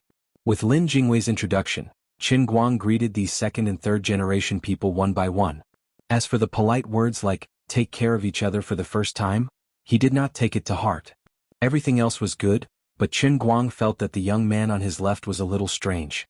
He said something like, "The matter between Sister Shiriyue and Brother Qin Guang has become a legend in our circle. A gifted scholar with a beautiful woman is really a perfect match. Now that Sister Shiriyue is not big or small in our country, she's almost on the same level as the Heavenly Empress. How does Brother Qin Guang plan to cooperate with Sister Shiriyue in the future?" Although he said gifted scholar with a beautiful woman, he was secretly mocking Qin Guang for relying on Jin Shiriyue to rise to the top. Qin Guang ignored him and turned to ask Lin Jingwei, "What's your relationship with this young man?" This person was stunned. He did not expect Qin Guang to not play by the rules. He was the same as Bai Hua. He was also a child who grew up watching Jin Shiriyue grow up like a porcelain doll. He also had some feelings for her, so he had investigated quite a bit about Qin Guang. Today he was already unhappy that Qin Guang had stolen his seat. Now it was as if there was a fish bone stuck in his throat. He planned to use this as an excuse to embarrass Qin Guang a little, to vent the hatred in his heart that his goddess and his seat had been stolen. But Qin Guang's reaction was completely out of his expectations. He could not help but look at Lin Jingwei with some worry. Lin Jingwei first glanced at the young man, then curled his lips indifferently, "Just so." Qin Guang was delighted.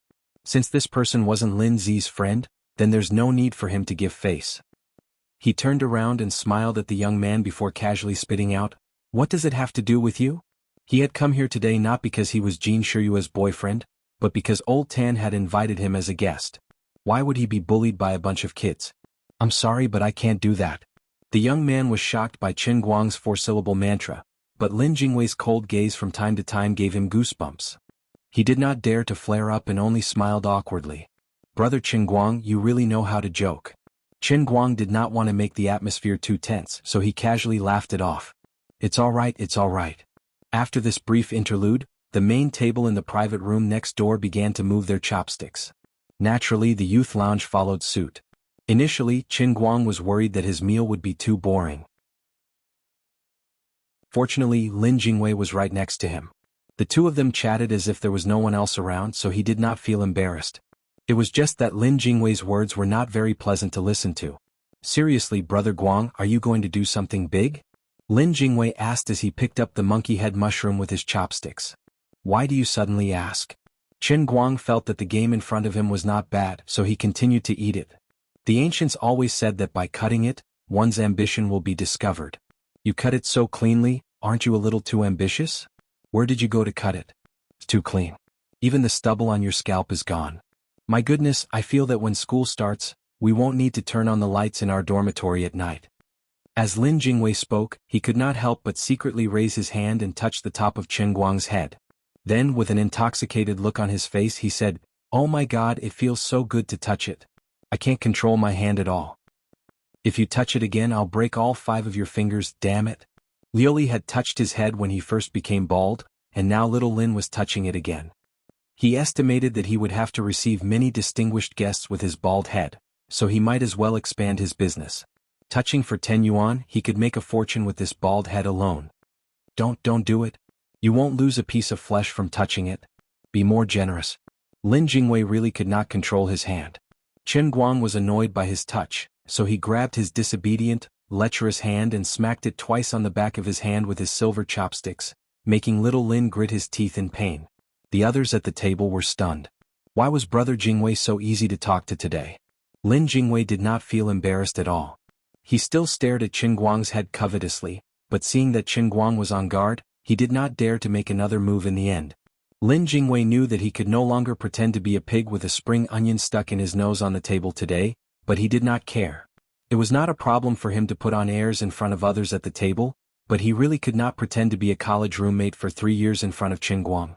Of course, if he did not want to make a move on Qin Guang, but if he quietly said hello to Qin Guang and let Qin Guang flatter him today, it would not be a problem for him to sit on the throne of the most mature and stable second generation in the youth hall today. Alright, don't embarrass yourself in public. Even if you don't find it embarrassing, I would feel embarrassed. Qin Guang quietly glared at Lin Jingwei.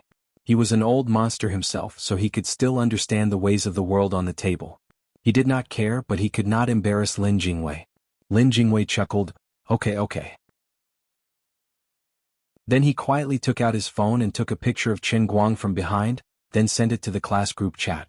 Damn it, this guy is hopeless. Qin Guang rolled his eyes and really did not want to talk to him anymore. He reached his chopsticks into the soup bowl in the middle of the turntable and picked up a large piece of Longjing bamboo fungus. He had loved eating bamboo fungus since he was a child, but in the past year, his family was so poor that he could not eat it even if he wanted to. What was placed on the table must be the work of a great chef, so it would be a shame not to take the opportunity to eat it. He was just a little strange. From the time everyone started eating until now, it seemed that no one else had touched the bamboo fungus in the soup bowl. Perhaps these second and third generations were used to eating delicacies and did not take it seriously. When everyone saw his action, they were stunned at first, then they watched him take a large piece of bamboo fungus from the bowl and put it in his bowl to eat. As soon as the bamboo fungus entered his mouth, those who knew immediately knew whether it was good or not. The fresh and sweet fragrance of top-grade Longjing tea wrapped around the crispy and refreshing bamboo fungus.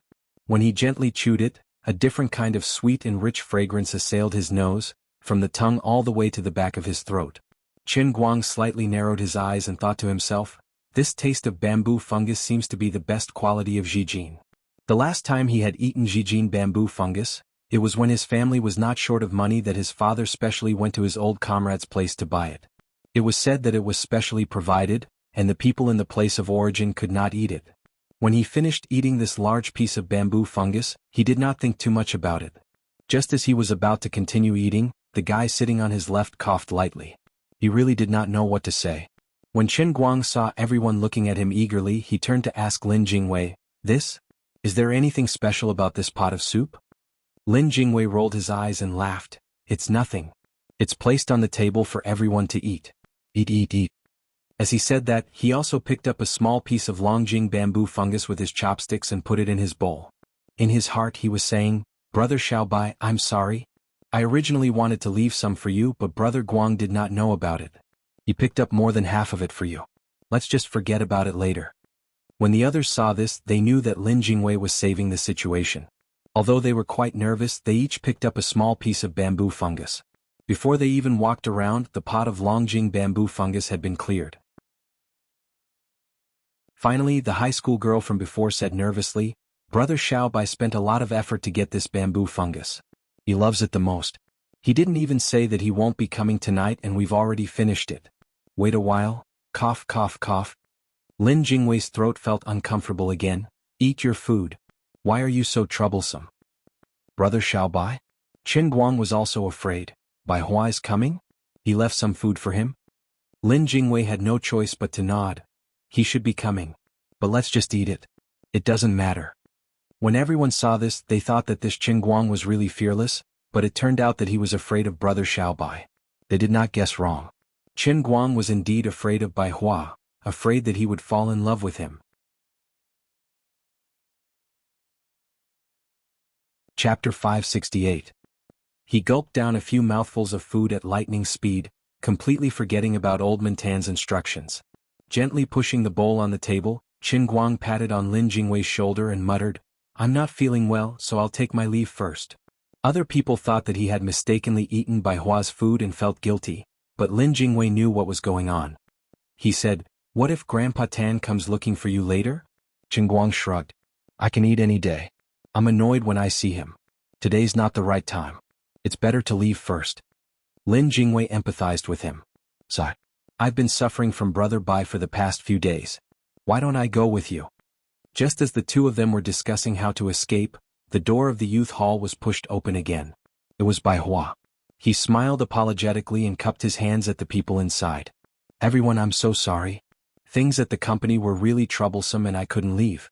Thank you for making it. Lin Jingwei and Qin Guang, who were about to get up, looked at each other helplessly. They couldn't leave. Everyone got up and greeted Bai Hua. Among the younger generation, Bai Hua, who entered Cambridge at the age of 16, had an extremely high status. Not only because of his family background but also because of the potential and strength he showed. Geniuses were respected everywhere, not to mention a genius with a strong background. Bai Hua also walked in and went straight to the middle of the round table. His seat had always been the leader's seat. It had never changed in the past 2 years. He looked up and was about to greet Lin Jingwei, but he saw Qin Guang sitting next to Lin Jingwei with a straight face. Bai Hua's expression froze. He quickly pretended not to see Qin Guang and casually greeted Lin Jingwei. I heard there were a lot of people here tonight.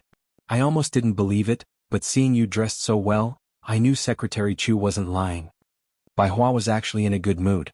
If he had a chance to meet the elders later, he would be able to show off. After being in Tianjin for so long, he finally did something practical. Tonight, after several days of wrangling with the 3 Arabian companies, including changing the language of negotiation, changing the translator, excluding Aolan Company on the grounds of unfair competition, quietly cutting off the tentacles extended by the other vice president who was trying to set him up, and reintroducing the 3rd company, after a series of torturous events, the preliminary negotiations finally began. As the vice president of Tianjin Energy, Bai Hua had a lot of responsibilities on his shoulders. In the eyes of outsiders, he was young and promising. His starting point was so high that it made others envious, but only he knew how he felt. As the young master of the Bai family, sitting in this position, there would always be countless pairs of eyes staring at him. If he made a mistake, not only would he be crushed to pieces, but his career would also be affected. For someone like him, if his career stagnated for a year or two, he would lose every step, and the height he could reach in the future would be affected. The proud Bai Hua would never allow himself to fail, even if it was just a stain on his career. It was all thanks to Qin Yu that he was able to turn this misfortune into a blessing. During the half-an-hour car ride from the company to here, he didn't think about the negotiations from the afternoon until now. All he could think about was Qin Yu, the international supermodel. She was tall, cold, rational, and talented. She was aggressive at the negotiating table but reasonable. What a perfect model of a strong woman. As a woman, Qin Yu should be an A-. Her chest size should be a fatal flaw, but Bai Hua didn't care about it. After living abroad for so long, he had seen all kinds of supermodels. He didn't like women with big breasts but no brains. Besides, how many of the top supermodels in the world weren't flat-chested? How could he conquer the world with an uneven chest? Most importantly, there had never been a woman who could make my heart beat so fast the first time I met her, and I couldn't breathe. That's right, she must be the one that I've looked back at thousands of times in my previous life in exchange for a passing encounter in this life. Only someone with her talent and temperament can bring out the best in me, Bai Hua. I should be happy that I was born in the modern world. It's not difficult to find someone. As long as I don't give up, sooner or later, I can turn this passing fate into a lifelong marriage. Come on, Bai Hua. He clenched his fists to cheer himself on. With such a mood, Bai Hua sat down and tidied up his napkin while patting Lin Jingwei on his left. He whispered, Jingwei, do you still remember what happened last time? Today we're going to talk about the aftermath of that matter. It's almost done. Thanks to your and Qin Yu's help. To be honest, you should pity me. When are you going to help me ask her out again? Don't worry, I won't show any unnecessary affection in front of her. I won't make her feel uncomfortable. Just treat it as an ordinary dinner between friends. Even if the fire in my heart burns even brighter, I will definitely hide it, okay? Didn't you say she wants to start a business? I've been asking people to pay attention to the Industry and Commerce Bureau, but I haven't seen any company registered by the name of Qin Yu. Lin Jingwei nearly spat out the water he was drinking. Brother Bai, aren't you a bit too much? You even went to the Industry and Commerce Bureau to check on someone? Besides, what the hell are you hiding? I believe in your acting skills, but the problem is that the main character is sitting right next to me. He can hear every word you say clearly. Also, this bastard is pinching my thigh, okay? It hurts. It hurts so much.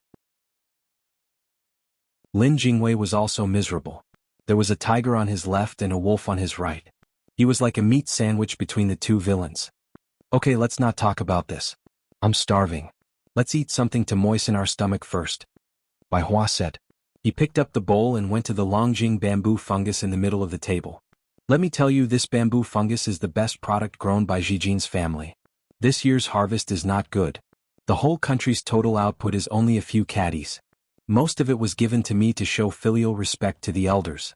Tonight's pot is the last bowl of this year. Then he stirred the pot of soup with his chopsticks for a long time.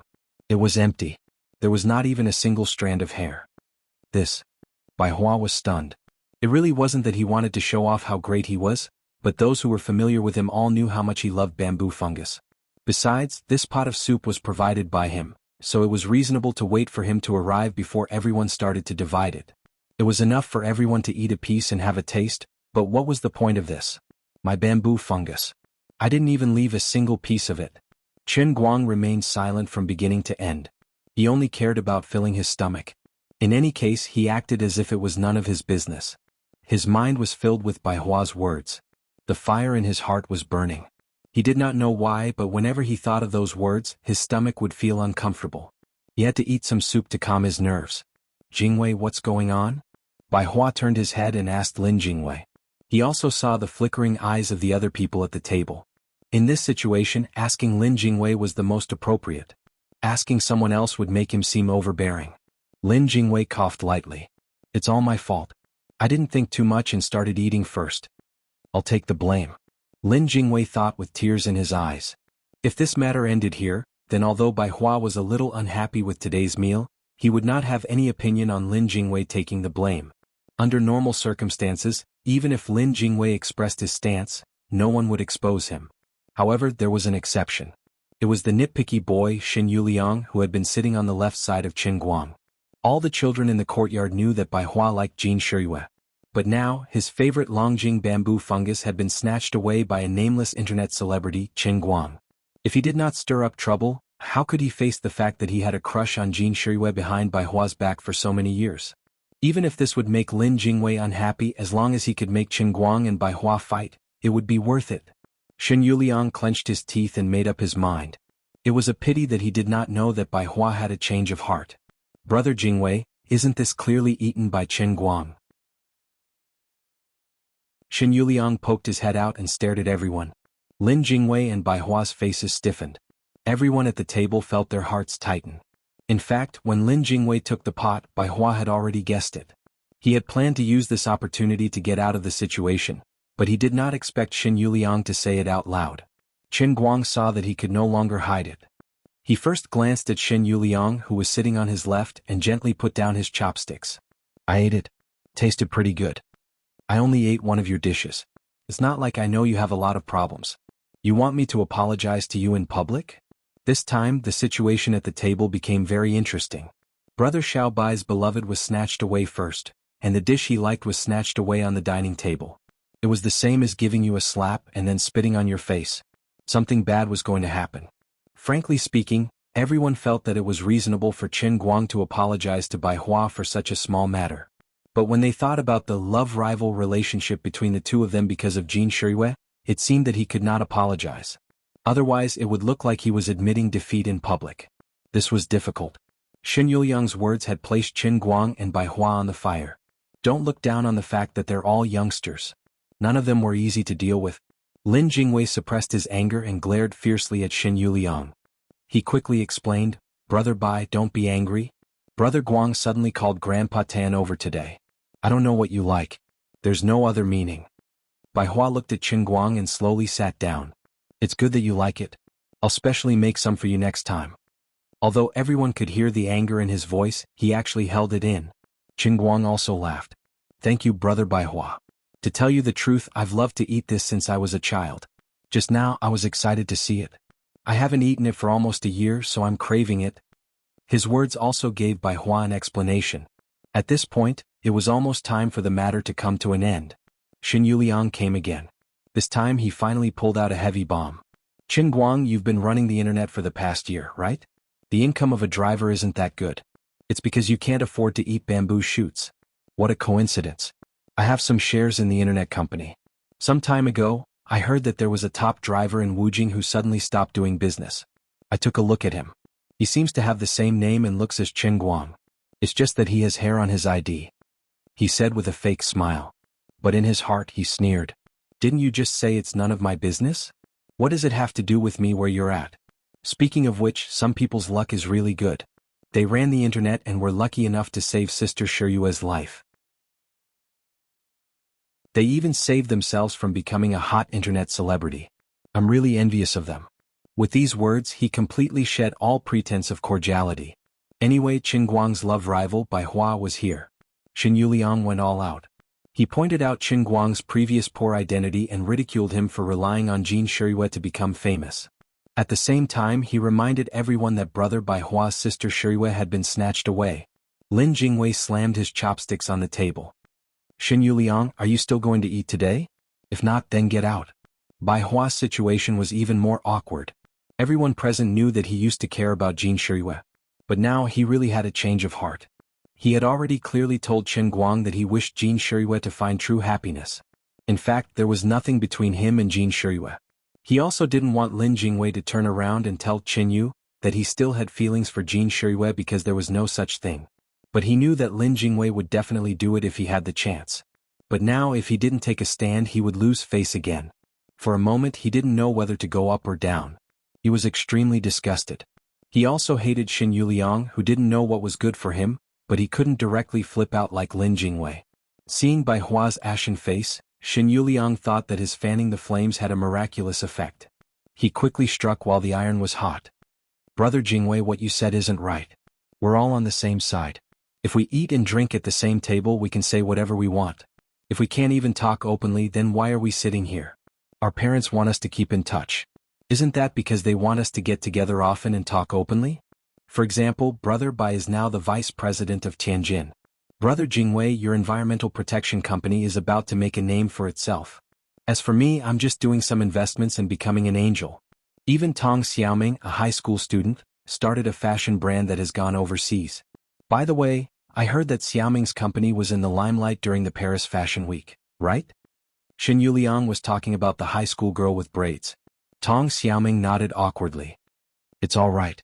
It's mainly because of my partner, who's shitty, that I'm just basking in the limelight. Then Qin Guang, you're an internet celebrity now. Don't you think that's a little embarrassing? Brother Bai, don't you think so? We're all doing big things here. How can an internet celebrity be our spokesperson? Ah.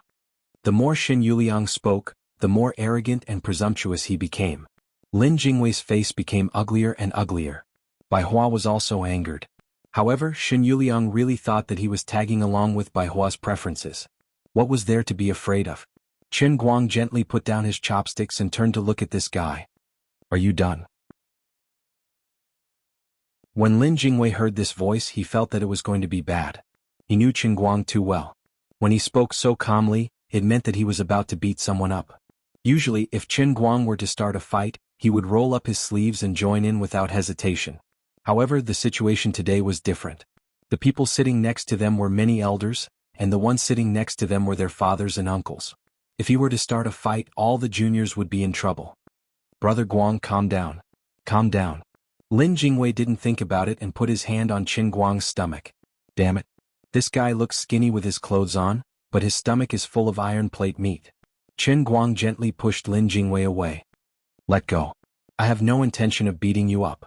Seeing this, Shen Yuliang's eyes darted around. He thought to himself that this was indeed a small character who couldn't be seen in public. Other than beating people up, he had no other ability. But in our circle, beating people up is the worst way to go. It will only make people look down on you. Today, I helped Brother Bai trample on Qin Guang's face. Brother Bai must be very happy, right? If it was the Qin Guang of the past, he might really beat someone up. But now he was over 200 years old. Yes, you are amazing. I'm just a lousy internet celebrity. There's nothing amazing about me. Maybe I'll be dead tomorrow. Qin Guang sneered. Actually, he had a company with a market value of over 100 million. It was just that he didn't even know the name of the company Lioli bought, so he couldn't be bothered to mention it. Seeing him admit defeat, Shen Yuliang laughed. It's good that you know your place. But everyone can't choose their parents when they're born, right? I'm happy, carefree, and earning my own living. That's pretty good. I'm not as rich as you, but this money of mine is earned by myself. I'm happy and comfortable using it. As for you thinking that I'm relying on Jin Shuiwei, I can't be bothered to explain it to you. I'm not close to you. Qin Guang's words had basically offended almost everyone at the table. He did it on purpose. From the start of the meal until now, he could tell that when others gave him face, it was all because of Lin Jingwei. He wasn't the same type of person as these second or third generation people in this circle. It was very boring to interact with these people. There were so many things to pay attention to when eating dishes, drinking soup, and sitting at a table. They were all based on seniority. If he accidentally ate the wrong dish, it would be like poking a huge hole in the basket. He was simply annoyed. He didn't want to rely on Jin Shuiwei to sneak into this so-called upper-class society, and he didn't want to rely on Lin Jingwei to stick to these people's cold faces. They thought that he was just a small internet celebrity. So what? Anyway, in the future we'll walk our own paths and no one will get in the way of the other. If it wasn't for Lin Jingwei and Tan Zhaohua's face, Qin Guang would have already flipped the table and left. Bai Hua also didn't expect Xin Yuliang to be like this. In such a short period of time he had fired so many shots at him, making a good meal taste like this. He also understood that Xin Yuliang was actually doing this to curry favor with him. He knew very well that the relationship between Lin Jingwei and Qin Guang was very strong. If today's matter wasn't handled well, Xin Yuliang would be dead. But because of this matter, it would create a knot between him and Lin Jingwei and he would be really sad. Xin Yuliang, shut up and get out. Bai Hua didn't get up. Instead, he lightly patted the table and pointed to the door. Xin Yuliang was stunned. Why? No reason. I just don't like the sight of you. Get out. I'm saying this for the last time. Bai Hua finished speaking and didn't look at him anymore. Xin Yuliang completely did not understand why. Why did Brother Xiao Bai suddenly get angry with him? Wasn't he helping him? The others at the table were also confused. Brother Bai's behavior was a little strange. No matter how they looked at it, it seemed like he was on Qin Guang's side. What exactly happened between the two of them? What was their relationship now? Lin Jingwei didn't say anything. He only used his little finger to look at the table, and his face was cold as if he was thinking about something. Qin Guang was the first to get up. Lin Jingwei, Brother Bai, there's no need to be like this. This table is full, and other than the two of you, no one else is familiar with me. I don't have any intention of sticking to anyone. I'll look for you two for dinner when I'm free. Today I'll leave first. Previously, Qin Guang didn't have a good impression of Bai Hua. But after these two sentences he felt that Bai Hua was quite a good person. It was obvious who was the one causing trouble at the table. It was rare that Bai Hua was using the title of his love rival to support him. Chinese men cared about their reputation the most. Bai Hua was sacrificing his reputation to protect his own. No wonder he was the only friend Lin Jingwei had in this circle. He was a good guy. Leave. Qin Guang, where are you going? I said you can't leave today. If you leave, wouldn't our trip be in vain? At this moment, Tan Zhaohua walked in first, followed by Old Master Jiang and Old Master Jin. Old Master Jiang was holding a wine bottle and a glass in his hand. It was obvious that he was here to propose a toast. The eyes of the youngsters in the youth hall suddenly narrowed. They were all dumbfounded. The old masters came to the youth hall to propose a toast. *CK. They had been eating with the old masters for decades, but this was the first time they saw the old masters coming to the youth hall to propose a toast. What the *CK?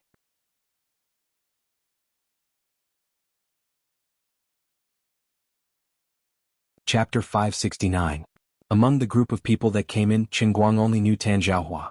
The other two looked vaguely familiar, but he couldn't remember who they were. Perhaps he had seen them on TV when he was very young. He didn't think much of it and smiled at Tan Zhaohua. General Tan, I'm done eating. I have nothing to do here, so I came over to say hello and leave. He didn't want to make the situation too awkward. It was obvious that the young people at the table were led by Lin Jingwei and Bai Hua. There was no need to bring the conflict between the young people in front of the old men. It would also make it difficult for Lin Jingwei and Bai Hua to explain. The few old men, however, were shrewd enough to notice the strange atmosphere in the youth hall as soon as they entered the room. Although they didn't know what happened, it was certain that Qin Guang and the group of young people didn't have a good relationship. Many of the old men glanced at Bai Hua and Lin Jingwei. They all knew that old Lin's son had a good relationship with Qin Guang. So the reason why Qin Guang had a conflict with the people in the youth hall must be because of Bai Hua. Old man Jin knew very well that last year, Bai Hua had come to him in private and expressed his feelings for Jin Shuiwei. At that time, he rejected him with the reason that he didn't want to get involved with young people's feelings. Old man Jean sighed in his heart. Young people nowadays really took the initiative. As an older generation, it was really difficult to deal with them. Old man Zhang's temper was much more fiery. He took 2 or 3 steps forward and pushed Chen Guang to his seat. Brat, you're young but your temper is not small. You're just like me when I was young. I like you. We're really fated. Haha, just because of your clean and fresh hairstyle, I have to drink with you today. Don't leave. If you don't drink to your heart's content, you're not allowed to leave. As he spoke, he reached out to touch Chen Guang's bald head. Chen Guang was pushed back by the old man, and he didn't know who this person was. For a moment he was embarrassed. This person's hands were not honest. If it wasn't for the fact that his bald head was as bright as mine, I would have kicked him. Lin Jingwei, who was next to him, reacted quickly. He stood up and pushed Chen Guang back to his seat. Grandpa Jiang said that you should sit down. Old Jiang patted his forehead. Hey, I forgot to introduce myself. My surname is Jiang Yage's grandfather. Shall we have a drink? Chen Guang suddenly realized that he was Jiang Yage's grandfather. Sure enough, if the upper beam is not straight, the lower beam will be crooked. No wonder Jiang Yage's brain has always been short-circuited. She inherited her feelings from your grandfather. I'm not even close to you, yet you're using my bald head to get close to me. It's really crazy. You like bald heads, but I'm bald because my hair was eaten by a deer, okay? It turns out to be Grandpa Jiang. Jiang Yage often mentioned you to me. She said that Grandpa Jiang was approachable. Today I met you and you really deserve your reputation. Although he had already cursed in his heart, Chen Guang still sat down with a smile on his face. Damn, this old man was really strong. He was so old, but the muscles on his arms were as strong as his thighs. He must have been a butcher in the army when he was young. Old Jiang patted Chen Guang on the shoulder with a smile. Oh, young man, you're really good at talking. Good, very good. Very good. Otherwise, you would have become old Jin's grandson-in-law. I really want to make you and Yage a couple. Chen Guang thought silently. Old man, you really don't need to make me a couple. Jin Shuiwei is the cover. Your granddaughter is the one who really gives me a headache. Hey old Jin, why are you standing there? Come here. Come and see your grandson-in-law. He's a talented young man. If you don't come here, I'll really snatch him away. Old Jiang waved at old Jin, who was standing at the door, hesitating whether to come in or not. In fact, before coming here, old Jin had also thought about this situation, but he thought that Bai Yunfei was sensible and wouldn't embarrass him, so when he saw the scene at the door, he was a little unprepared. But after all, he was an old ginger and he knew what to do. As an elder, he couldn't become timid because of the conflict between the younger generation. Moreover, when he saw Chen Guang, the rumored grandson-in-law, for the first time at the door, he really liked him. Although Chen Guang was wearing casual clothes today, perhaps it was because he had been hanging out with the elites in the army for the past few days. Coupled with his clean and neat bald head, his whole body was full of a soldier's aura, which suited his taste very well.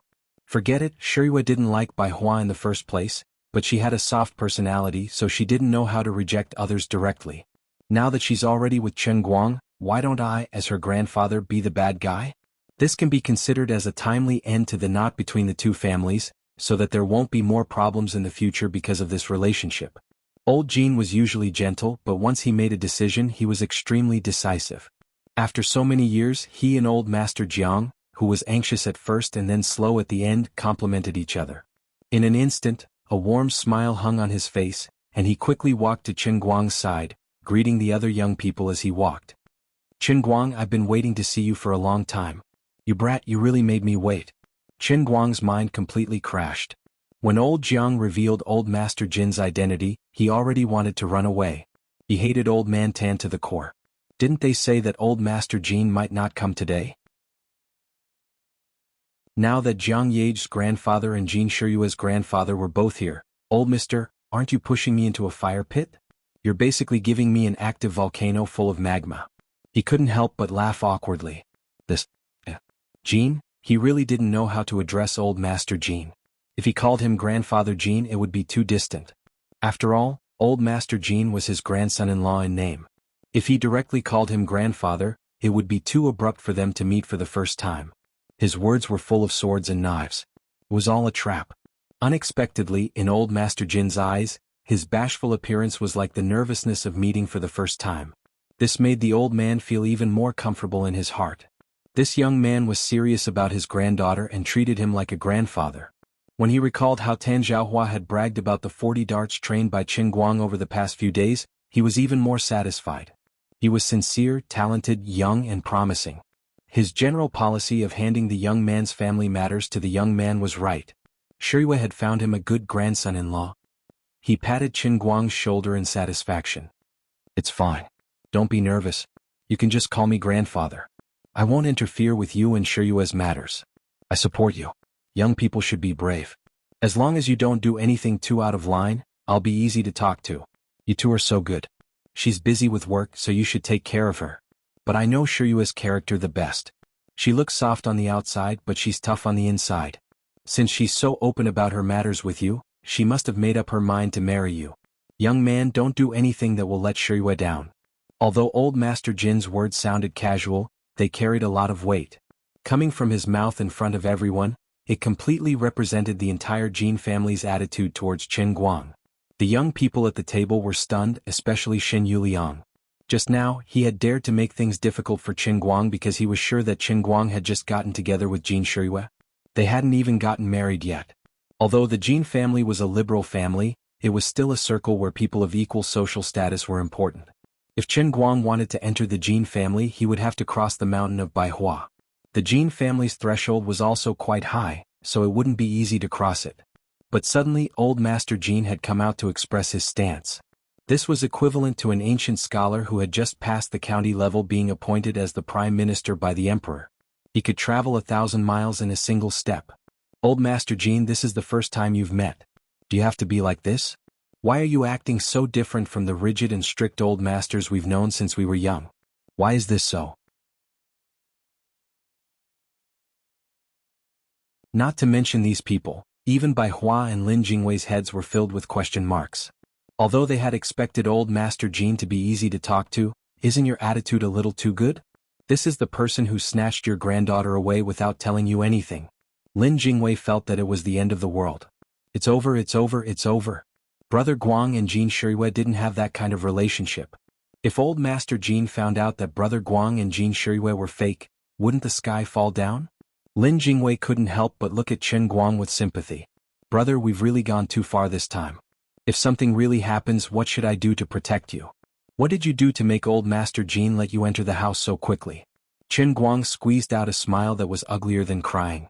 Thank you, Grandpa. Help, oh my God, help me, can I turn back time? Can I not come for this meal today? I'm so regretful. Old man Jiang came up to him again.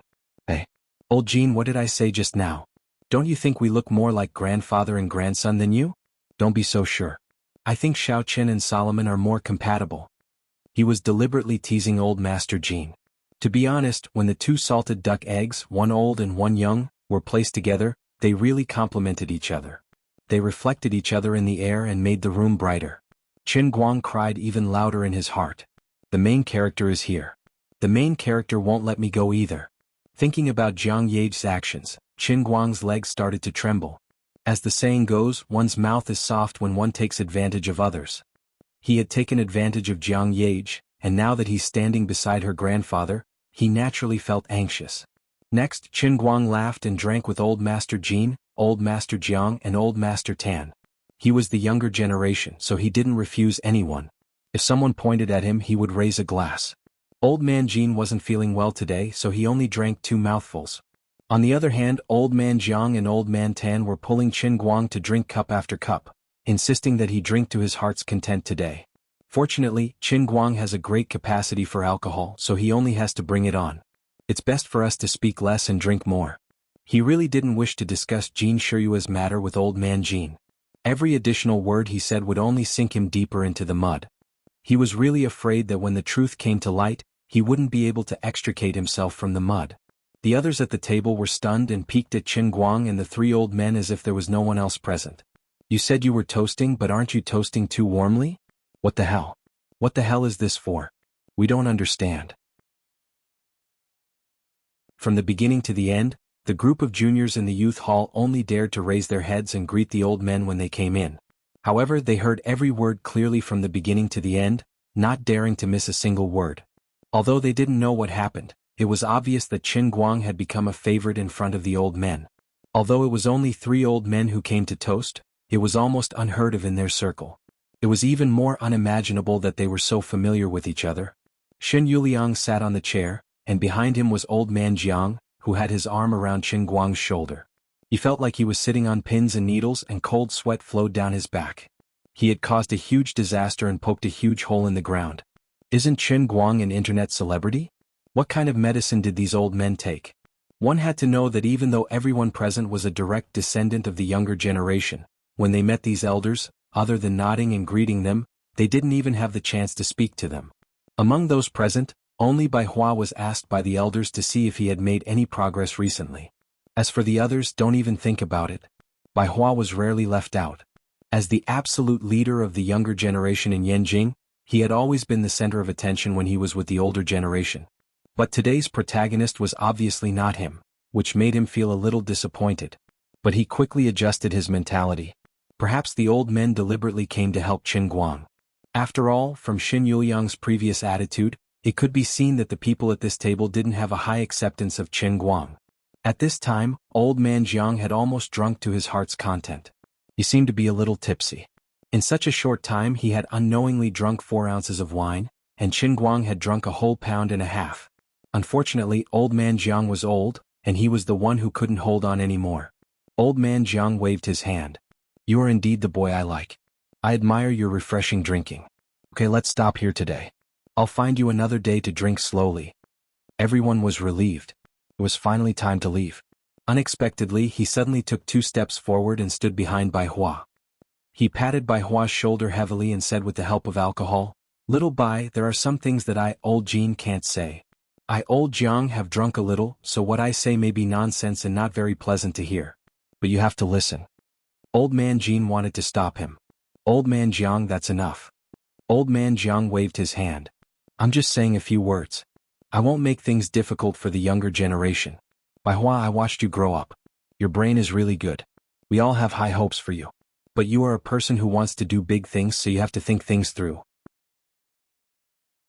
Don't fight with your brother Qin Guang. You are a young man, so there is nothing you can't overcome. To borrow a popular saying among you young people, there is no problem in this world that can't be solved with a barbecue. If there is, then 2 barbecues. As he said that, he patted Bai Hua's shoulder meaningfully. His words were actually very heavy, very straightforward, and even very hurtful. If it were anyone else, especially old Jean, Bai Hua would definitely be hurt by old Jiang's words. However, old Jiang deliberately made himself sound like he was drunk, so Bai Hua wouldn't be too bothered by it. Although his face was red from drinking, his heart was clear. How did Bai Hua feel at this moment? Grievance, great grievance. I wasn't the one who made things difficult for Qin Guang just now. I don't want to be the scapegoat. He turned slightly and looked at Qin Yuliang as if he wanted to eat him alive. The culprit glared at him until a chill ran down his spine. Grandpa Jiang, don't say that. I also apologize to Grandpa Jean. In the past, I was insensible and didn't separate the relationship between a brother and a sister. Now I've thought it through. I like Shirua very much, but I really like her as if she is my biological sister. I'm not bragging, I have found someone I really like. Jingwei introduced him to me and I've been urging him to help me build a bridge. As for me, I will give everyone a military pledge. Within 2 years, I will definitely let everyone attend my wedding, okay? Bai Hua really didn't want to be the scapegoat, so he had no choice but to desperately step on Lin Jingwei's foot under the table, urging him to hurry up and save him. Lin Jingwei, who was playing with the invisibility suit, turned pale. Oh my god, military pledge your sister.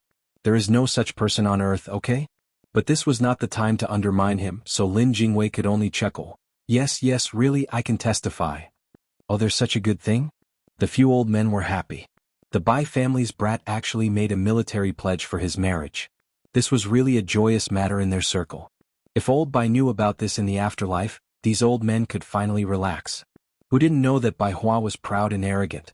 It wasn't easy to find a woman that could catch his eye. Old man Jean was the happiest. He finally got rid of the knot in his heart. Jingwei, you really have to pay attention to your brother Bai Hua's matter. Lin Jingwei nodded vigorously. Yes, I will definitely pay attention. Qin Guang, who had already drunk 1.5 liters of wine, silently stuffed meat into his mouth. He felt that he had become the center of the storm today. Everything was revolving around him. It was too scary, really too scary. Never in his wildest dreams would he have imagined that Bai Hua would act as if he had obtained an imperial sword. He would actually complain about Lin Jingwei in front of everyone. I've already asked Jingwei to help me make an appointment with many people, but he's always using all sorts of excuses. He won't even let me meet him. Hey little Lin, how can you treat your brother like this? Old man Jiang had a fiery temper. He raised his hand and slapped Lin Jingwei's head. Do you still want to take advantage of this opportunity to take advantage of me? Lin Jingwei looked like he was about to cry. No. It's nothing. It's just a little inconvenient. What's so inconvenient about meeting and having a meal? In Wuxia, who can't even have a meal together? Is it inconvenient today or tomorrow? Or is it inconvenient every day? The more old man Jiang said, the angrier he got. Make an appointment. Make an appointment. I will make an appointment for you. I will. I swear. Lin Jingwei was about to cry. Why is my life so bitter? The military order number 2 came soon after. Then it's settled. I will ask brother Bai Hua later. If you don't do this well, I will bring your grandfather to beat you up. Old man Jiang was satisfied. Bai Hua was even more happy. He suddenly felt that it was worth it to be a scapegoat today. Finally, the clouds parted to reveal the moon. Let's see if you still want to be mysterious. Lin Jingwei felt a mouthful of blood welling up in his chest. At this moment he only wanted to ask the heavens. Beneath the table, his right leg was bruised from Bai Hua's stomp, and his left leg was nearly fractured from Qin Guang's retaliation. Qin Guang didn't want to say anything. I will make an appointment with you. The 3 old men finally left with satisfaction. As soon as they walked out, old man Jiang and old man Jin looked at each other. There was no trace of drunkenness on their faces. They were full of happiness seeing their children and grandchildren. This time we have a good explanation for the dead old Bai. Old man Jiang's eyes were filled with tears. Elder Jin nodded as well. Yeah, if not, I'd feel really bad. Back then, Elder Bai was injured so badly because he wanted to protect the 2 of us. He didn't even have the chance to enjoy his good life before he died.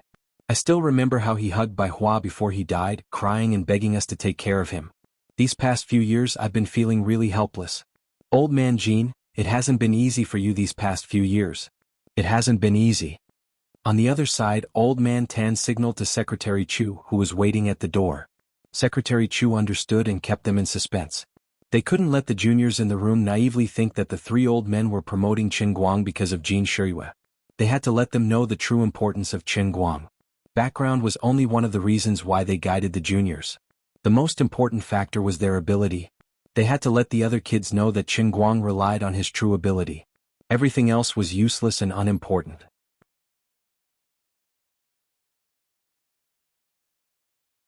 Chapter 570. In the youth hall, once the old men left, the atmosphere became deathly still. Bai Hua was gnashing his teeth in hatred at Xin Yuliang for making trouble out of nothing and making him a scapegoat. But at the same time, he was proud that he had made Lin Jingwei sign a military order in front of the elders. He could finally see the person he had been yearning for day and night. Lin Jingwei, on the other hand, was sandwiched between a certain someone who wrote Qin Guang and read Qin Yu, and a certain someone whose mind was filled with Qin Yu. He could neither live nor die. Qin Guang, on the other hand, was thinking about what he should and shouldn't say. The things that should and shouldn't have happened had all happened tonight. He had to quickly contact Jin Shiyue and tell her everything that had happened tonight. What should he do? The fake relationship was going to be a reality. As for the military order that Lin Jingwei had just signed, Qin Guang didn't take it seriously at all. Blame me? What does it have to do with me? But at this time, the person at the table who was suffering the most was Xin Yuliang. His original plans were all for naught. Especially when he heard Bai Hua publicly declare that he didn't have any feelings for Jin Shiyue and that his heart belonged to someone else, he realized that his flattery tonight was all for naught. He even felt that the other people at the table were looking at him with a hint of ridicule in their expressions. He wanted to say something to ease the atmosphere and restore some of their relationship, but Qin Guang didn't seem to have any intention of paying attention to him. Lin Jingwei quietly poked Qin Guang's leg. Brother, can you not step on my foot? I am also a scapegoat for this matter, okay? What have you been up to these past few days? I feel like today's events are very sci-fi, like I'm living in a dream. Qin Guang was well aware that the only reason why old man Tan would bring Jin Shiyue and Jiang Hua over was because of what he had done in Shun these past few days. He didn't expect it himself. Didn't I just teach you a few skills in darts? Is there a need to praise me like this? Am I that important? Was the contribution of this matter really that great? He also didn't understand how difficult it was for those in power to deal with those martial artists who had mastered inner strength techniques. If he knew more secrets, perhaps he would be able to understand the ecstasy of many old men. At this moment, Secretary Chu walked in with a glass and a bottle in his hand. Although Secretary Chu was just a secretary, he didn't put on airs in front of these second and third generations. He often helped them run errands. For example, at today's gathering, Secretary Chu played the role of a waiter. However, as a popular man in front of the grand elders, he still had quite a high status in front of these juniors, so no one dared to look down on him. Secretary Chu, are you hungry? Why don't you sit down and have a bite? Bai Hua invited. Secretary Chu laughed. I've already eaten outside. I'm here to give you a toast. Oh, why is Uncle Chu doing this today? If you want a drink, let's drink together. Don't mention toast, Lin Jingwei teased. Unexpectedly, Secretary Chu's expression changed. It's not the first time we've eaten and drunk together, so it doesn't matter. But today is the first time we've met, little Chin. I have to give you a toast. Some of the smarter ones had already realized that the highlight of today's meal was finally coming. The elders had come over for a visit. Perhaps it was because of the relationship between Qin Guang and Jin Shiyue, but Secretary Chu was still in his prime. Although he was a secretary, he was actually a rising star in the domestic political world. There must be a deeper meaning behind his toast.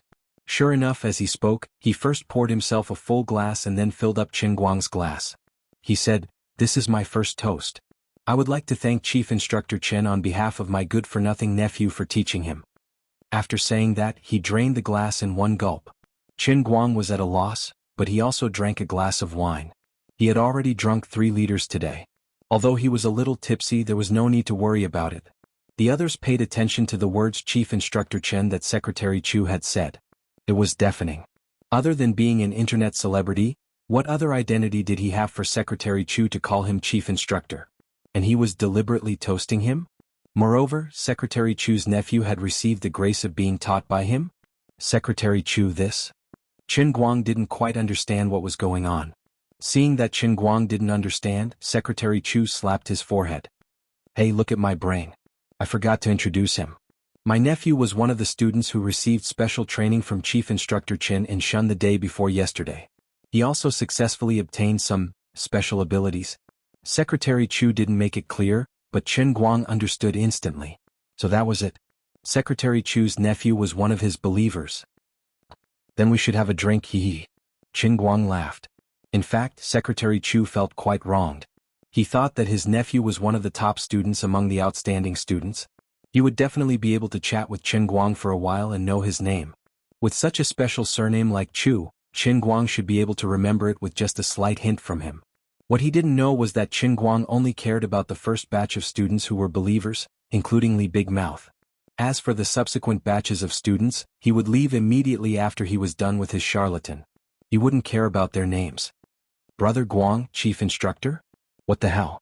Lin Jingwei couldn't help but ask. Qin Guang waved his hand casually. It's not a big deal. I just gave a few lessons to everyone in Shun's special training camp. Shun's special training camp. Chief Instructor. Most of the people present were knowledgeable. They knew how special Shun's special training camp was in the national military. Otherwise, Tan Zhaohua, an old general of the same generation as Jin Jiang, wouldn't be personally in charge of it. They all sucked in a breath of cold air. Even Bai Hua, the leader of the younger generation, felt ashamed of his inferiority. The chief instructor of Shun was not a position that could be gilded with gold for 2 or 3 generations. Not to mention the military rank, it was impossible to be an ordinary instructor in Shun if one did not have the ability to convince the masses and was capable enough. Every ordinary instructor there would be an absolute elite in the military. At the very least, they would be the leader of a special forces team like Xuelin. What's more, Qin Guang's title had the word chief in front of it. On the other side, Secretary Chu spoke again. Chief Instructor Qin, you can't treat this as a small matter. My second toast is a toast to Chief Instructor Qin as a former soldier and now a politician, for your contributions to the country. What you've done in Shun's special training camp may be something you did casually, but to us, it's a great debt of gratitude. With that, he drained his cup in one gulp.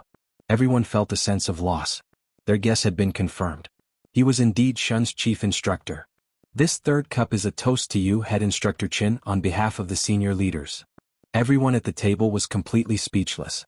What had happened at the banquet tonight was completely beyond their common sense. It was understandable that the three elders, Jin, Jiang and Tan, had come to toast, but why did the other elders who hadn't come solemnly ask Secretary Chu to toast on their behalf? Even if he really was Shun's chief instructor, he couldn't possibly receive such treatment. That's right, Secretary Chu seemed to have vaguely revealed some more information. What course was Qin Guang's chief instructor at Shun? What kind of ability did he have as a so-called internet celebrity? What did he teach that could be considered as a great debt of gratitude? More and more question marks slowly emerged in everyone's hearts, but Secretary Chu's toast ended here. Qin Guang and he drained their cups again and Secretary Chu bowed and left. Brother Guang, if you confess, I'll be lenient. If you resist, I'll be strict. What kind of chief instructor are you in Shun? Lin Jingwei couldn't hold it in anymore. His heart felt like it was being scratched by a cat. Qin Guang scratched his head and stuffed a mouthful of food into his mouth to suppress the alcohol. He had drunk a little too much today. Nothing much. I just teach you how to play darts. Darts? The other second and third generations at the table, who were listening intently to the conversation between the two, were confused. Some liked to watch sports channels or were well informed. They knew that Qin Guang had recently won the World Darts Championship, but what did this have to do with military special training? A mere champion of the World Darts Championship was nothing in their circle. Seeing Lin Jingwei and Bai Hua's expressions of disbelief, Qin Guang nodded again. Yes, darts. I don't understand. I really don't understand. Lin Jingwei shook his head. It's fine if you don't understand. You'll understand when you grow up. Qin Guang patted his head. Get lost. After the three old men and Secretary Chu's argument, the atmosphere at the table suddenly changed. No one dared to respond to Xin Yuliang's relentless pursuit. They didn't immediately throw away their moral integrity and try to curry favor with him. After all, everyone was a person of status. However, their tone and attitude did become much more respectful. It was so much so that he seemed to be treating Qin Guang, Lin Jingwei, and Bai Hua on the same level. Qin Guang was now also a smart person. He was just a passerby in this circle, but there was no need to make things difficult for Lin Jingwei and Bai Hua in the future. So, he was amiably joking with these people. At the table, there was only one person who couldn't sit still. Xin Yuliang even felt that it would have been better for him to just follow Bai Hua's instructions and simply leave.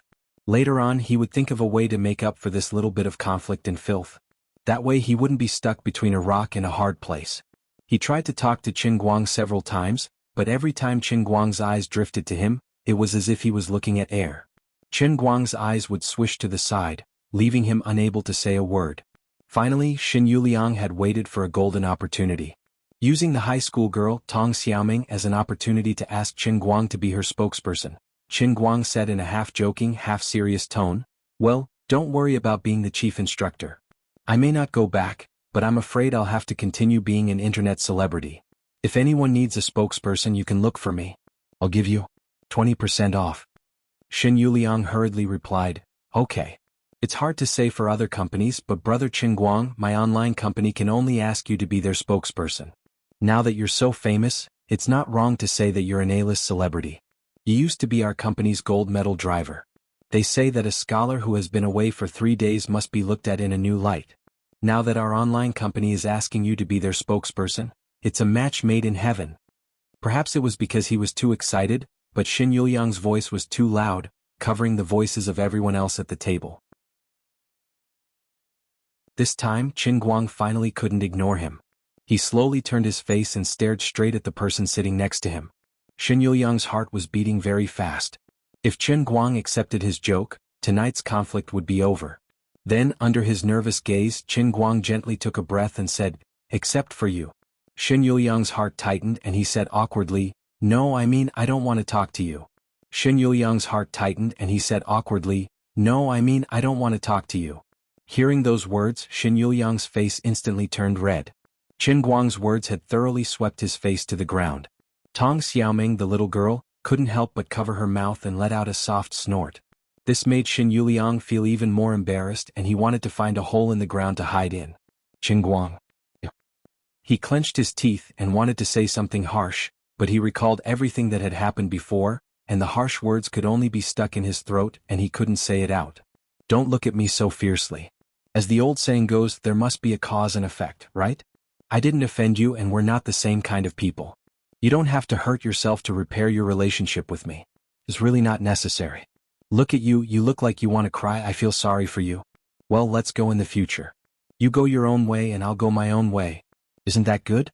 Tonight, let's eat and drink to our heart's content and then leave. Everyone, it's still very nice to meet everyone today. In the future, when you come to 5 Capital, remember to find me. You can't miss a meal. I'll leave first. Qin Guang said, suddenly got up, lifted his leg and quickly walked out of the door.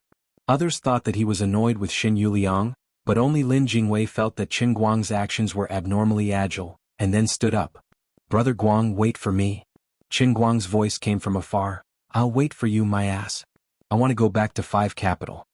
Lin Jingwei continued to shout, there are no flights tonight. I'll leave tomorrow. I'll drive back.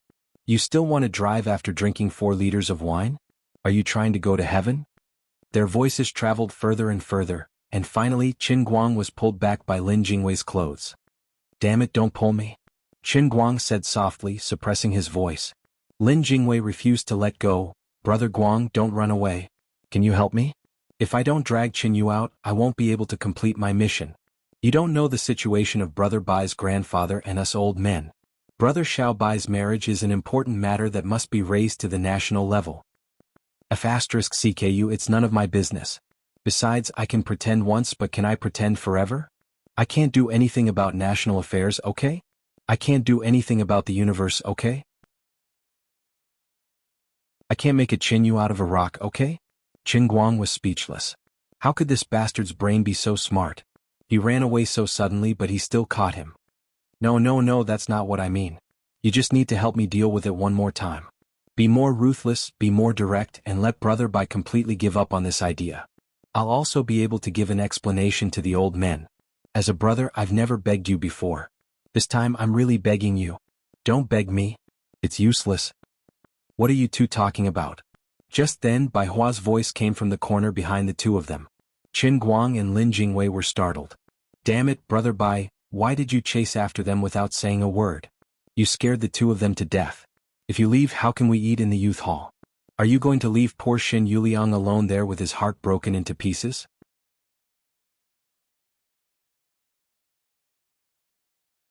Chapter 571. No, nothing. Lin Jingwei cowered, not knowing what to say. On the other hand, Qin Guang forcefully put on an aloof expression and asked, the dinner inside? Bai Hua waved his hand indifferently, ignore them, it doesn't matter. I feel uncomfortable eating in the youth hall. They will feel more comfortable if we leave. That's right.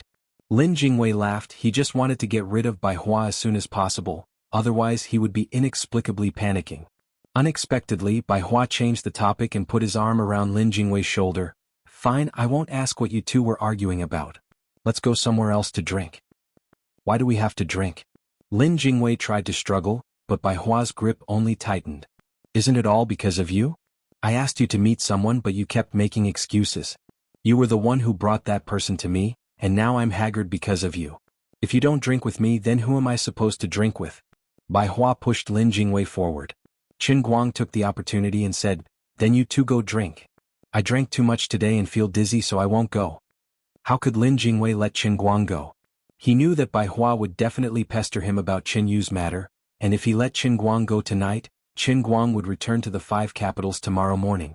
At that time, Lin Jingwei wouldn't even be able to call for help. So, today is the day, don't even think about escaping. Bai Hua pulled Lin Jingwei and Lin Jingwei pulled Qin Guang. Brother Guang, do you think I don't know how much you can drink? Don't pretend you can't go back to Wujing tonight anyway, let's go. How could Qin Guang not know what Lin Jingwei was thinking? He cursed him in his heart. Brother Guang, let's go. Look at my sincere eyes. Don't you have the slightest bit of soft-heartedness? In front of Bai Hua, Lin Jingwei couldn't say anything, but the teary look in his eyes was really pitiful. For some reason, Qin Guang unexpectedly nodded his head. His heart had softened. All right, stop pulling. If you keep pulling, my clothes will be torn apart. Seeing that Qin Guang had finally relented, Lin Jingwei felt relieved. He was so excited that he almost jumped 3 feet high. Let's go. Let's go to Ino. Inua was quite famous among the 2nd and 3rd generations in Yanjin. The young people of Lin Jingwei's generation liked to go to Inua when they had nothing to do. That place was more private, and the guests there were either rich or noble. It was also relatively safe and it was not easy to get into trouble. Let's drink until the world turns upside down. At this moment, Bai Hua no longer had the arrogance of the vice president of Tianjin Energy Group. With Lin Jingwei and Qin Guang, he had returned to the appearance of a young man. In the largest private room of Yi Nua Club, Tianhe No. 1, a crisp and melodious song was lingering. It was the famous song Leaving Island Song by Jin Shiyue and Jiang Yage. This ancient Chinese song had 3 twists and turns, and it was extremely difficult to sing. However, if it was sung well, it could be melodious and lingering. At this moment, the song in this private room was exactly the same as the original song by the left and right hand. It was so beautiful that people couldn't extricate themselves from it. Fortunately, Inua's decorations were high-end. Even if the song was loud inside, no one could hear it from the outside. Otherwise, even in a high-end club like Inua, there would definitely be people peeping to see if it was really the left and right hand. At the end of the song, thunderous applause came from Tianhe No. 1 private room. 7 or 8 girls were clapping desperately. Sister Shiyue sang well. This is what you call a reproduction of the original song. Why do I feel like it's better than listening to it on a CD? A beautiful and charming girl was so excited that her face was flushed. That's right. A few days ago, that music critic called Feng something actually dared to insinuate that Sister Shiyue and Sister Yage were lip-syncing. Let him listen to it and let him know who's better. Another little girl gnashed her teeth. Jin Shiyue put down the microphone and glared at the person. Forget it. Let others say it. We know what's going on. Yage, don't you think so? Jiang Yage wasn't as kind as Jin Shiyue. Instead, she glared at her fiercely. This won't do. Next time when we have a meet and greet, we must have a good talk with him and sing a cappella for him. If he still refuses to let go, we'll let him know who's better. Your temper is still so bad. When can you change it? Jin Shiyue couldn't do anything to her. Sister Shiyue, stop talking about Sister Yage. When are you going to call brother-in-law over to show everyone? Although we can always see him on TV or on the internet, we have never seen him in person. It's too much. We sisters haven't even checked him and you've already been taken away. Jiang Yage also egged her on. That's right. Qin Guang is just a student. Now it's summer vacation. Why is he as busy as a national leader? Does he even have you, Sister Shiyue, as his girlfriend? Jin Shiyue gave Jiang Yage a hard look. She knew that she was deliberately making trouble. It was clear that she was thinking about Qin Guang all day long, but she used herself as a cover. You go find him yourself. How can I overstep my authority? Otherwise I'll be scolded by others for a whole year. Well, although he is a student, he also has his own business to do. He may not be as leisurely as us artists. In the future we will meet sooner or later. There's no hurry. When saying this, Jin Shiyue was thinking in her heart. When would she be able to be a cover? In addition, Qin Guang, where are you now? What are you doing? The same question was in Jiang Yage's heart, but the two of them didn't care for long. It was rare for them to have a vacation after the concert. How could they not have a good rest? What? Tianhe No. 1 has been occupied? Standing in the lobby of the Inua Club, Bai Hua stared at the lobby manager in front of him. Under Bai Hua's gaze, the lobby manager's temples broke out in cold sweat. This matter was also his fault. In the afternoon, Bai Hua did call to reserve Tianhe No. 1, but in the evening, Jiang Yage and Jin Shiyue came with a group of sisters and also asked for Tianhe No. 1. At that time, the manager couldn't afford to offend either side, so he could only push the matter to Bai Hua, saying that it was Bai Hua who made the decision. Unexpectedly, Jiang Yage said carelessly that Bai Hua went to dinner with the elders tonight. How could he come to sing? The poor lobby manager accidentally found out something he shouldn't have known, so he took the opportunity to give the private room to Jiang Yage. Who would have thought that Bai Hua would still come? What should they do? The lobby manager obviously knew some inside information. For example, Bai Hua had once been deeply in love with Jin Shiyue. Now, Jin Shiyue had publicly announced that she had a boyfriend. If he were to lure Bai Hua over, it would be like a bolt of lightning crashing into the ground. If the two families were to have a conflict, perhaps nothing would happen to them, but as the main culprit he would definitely die a horrible death. At this time, Qin Guang, who was next to him, said, Tianhe No. 1 is gone. Why don't we go to Dihe No. 1? Lin Jingwei asked curiously, how do you know about Dihe No. 1? Qin Guang looked at him as if he was looking at an idiot. I really don't want to chat with you. I'm afraid I'll lower my standards. The lobby manager saw an opportunity and quickly said, Yes, Dihe No. 1 is really there. The two private rooms are about the same, otherwise, no. Bai Hua was still stubborn. Lin Jingwei also tried to persuade him. Come on, it's rare for us brothers to come out for a drink. Don't get upset over such a small matter. In the end, Bai Hua still gave in. The three of them occupied such a large space, so there was nothing to be uncomfortable about. No one asked for a song. Bai Hua's purpose here was to drink and get drunk. Lin Jingwei was responsible for accompanying, and Qin Guang was responsible for decorating. Qin Guang also tried to ask for a song, but Lin Jingwei noticed it in time and stopped him. The two of them sat at the table and drank without any prelude. Qin Guang, on the other hand, sat on the sofa and played with his phone. He didn't bother with his Weibo account for a long time. His message bar was almost full of fans' comments and private messages. He quietly turned his back to the two of them and looked at the pictures sent by his female fans. His heart was a little restless, but drowsiness gradually came over him. It had been about 30 to 40 minutes since the start of the dinner, and 3 liters of wine had already gone down their throats. If it was an ordinary person, they would have long fallen to the ground. Even Qin Guang, who had refined his wine tank in the sea of moments, found it a little difficult. The aftereffects of high-quality wine were not small. Just as he was about to close his eyes, Lin Jingwei finally left Bai Hua alone. He said that he had to go to the toilet and desperately winked at Qin Guang before leaving. Qin Guang pretended not to see it. After leaving, Lin Jingwei took out his phone and texted Qin Guang, "Brother, I beg you, I'm really begging you. Just this once, don't do it again. I swear." This was not the end. Lin Jingwei simply told Qin Guang about the matter of Bai Hua's grandfather and the other old men. Qin Guang found out that many of those old men who were still alive owed the Bai family's old man a favor. So I forget it. Qin Guang also made up his mind. In any case, he had played the role of Qin Yu once and twice. He didn't want Bai Hua and Lin Jingwei to give up. This matter couldn't be dragged on forever. He could hide from the monk, but he couldn't hide from the temple. He might as well put on another act and completely break Bai Hua's heart, who told him to first do something shameful and sell Patek Philippe. He dug a hole and buried it himself. He had to make up for his own mistakes. Therefore, he also apologized to Bai Hua, saying that he had some urgent matters to attend to and had to go out for a while. As soon as Qin Guang went out, he was pulled to the side in private room number 2 by Lin Jingwei.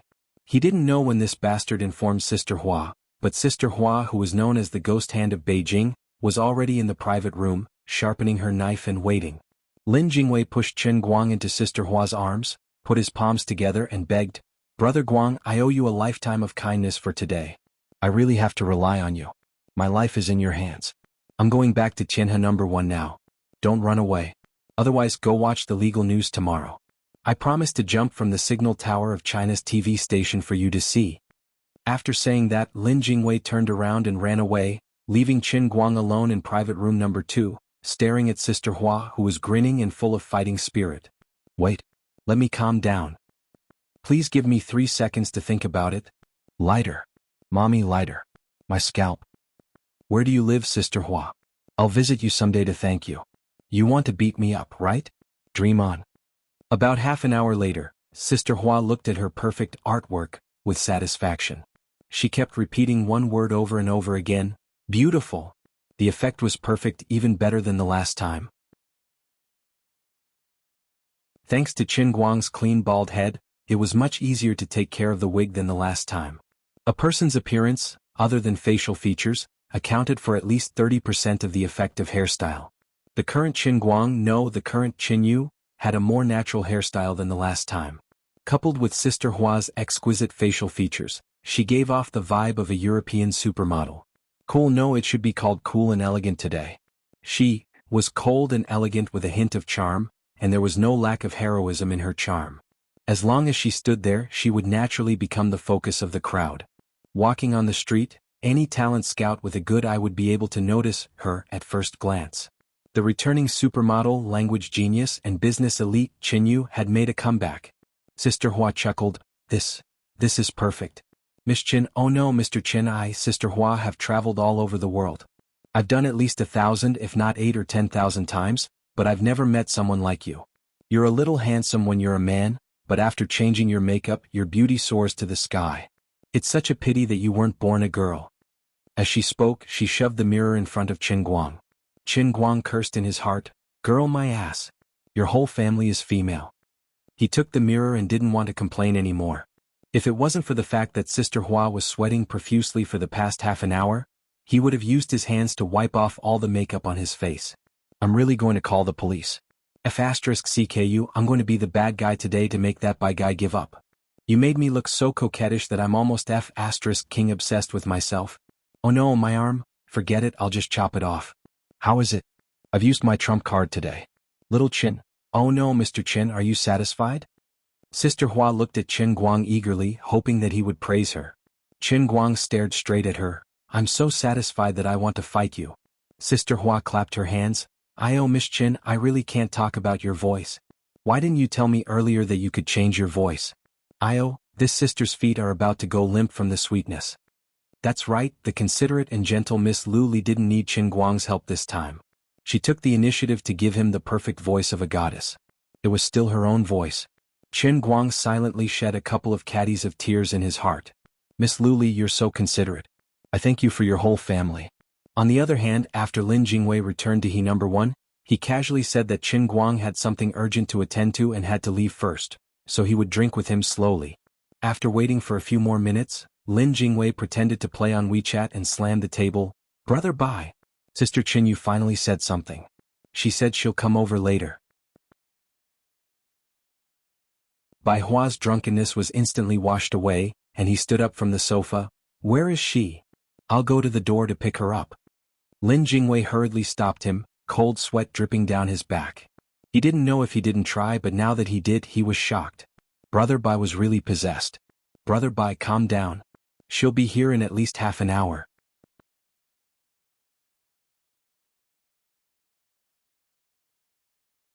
Chapter 572. In Tian He No. 1's private room, a group of young girls sang happily. Jin Shuiyue and Jiang Ye took a break when they were tired from singing. A group of young and beautiful girls gathered together.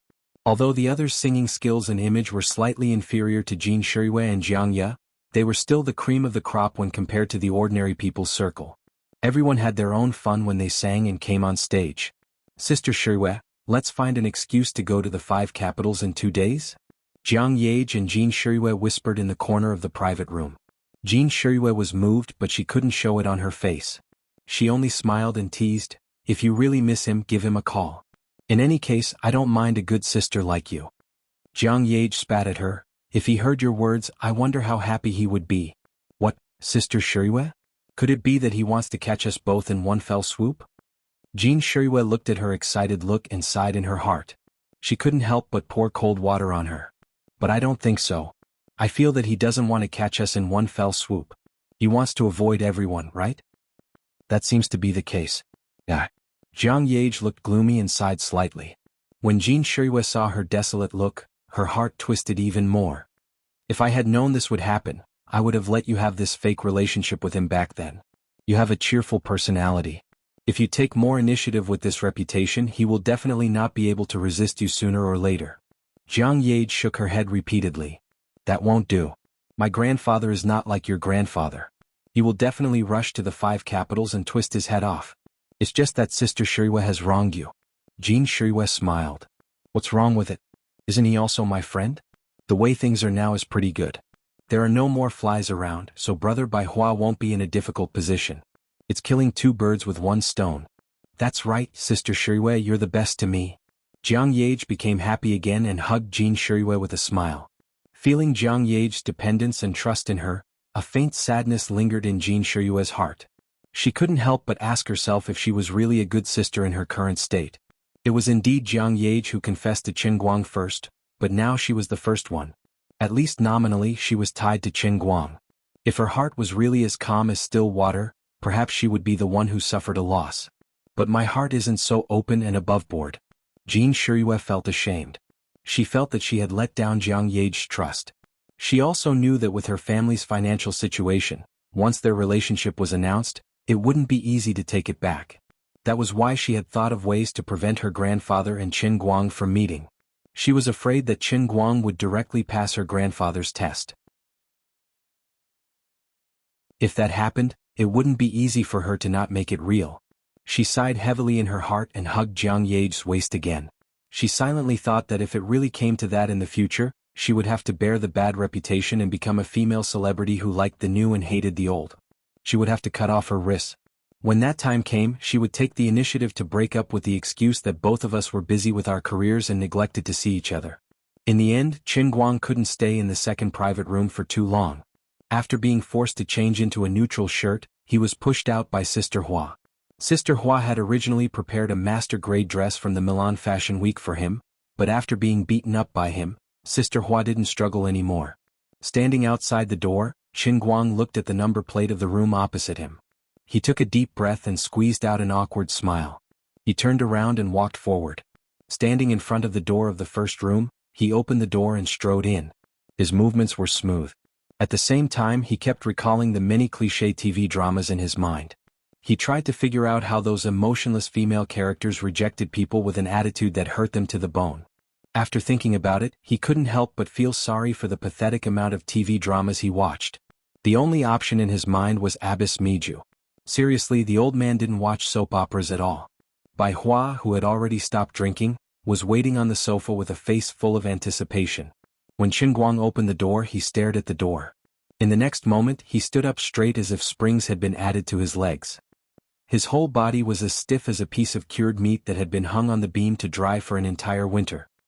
His eyes instantly became misty as he stared at the tall and beautiful figure at the door.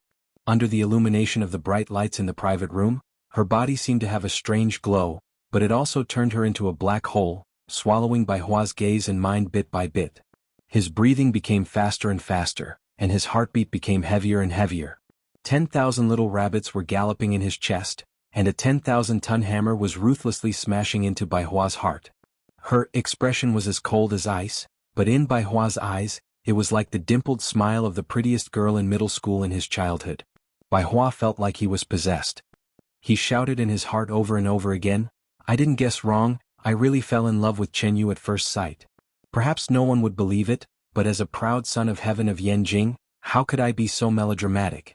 Even in Cambridge, a place full of heroes, when I was only 16 years old, I was able to make countless seniors and teachers exclaim in admiration.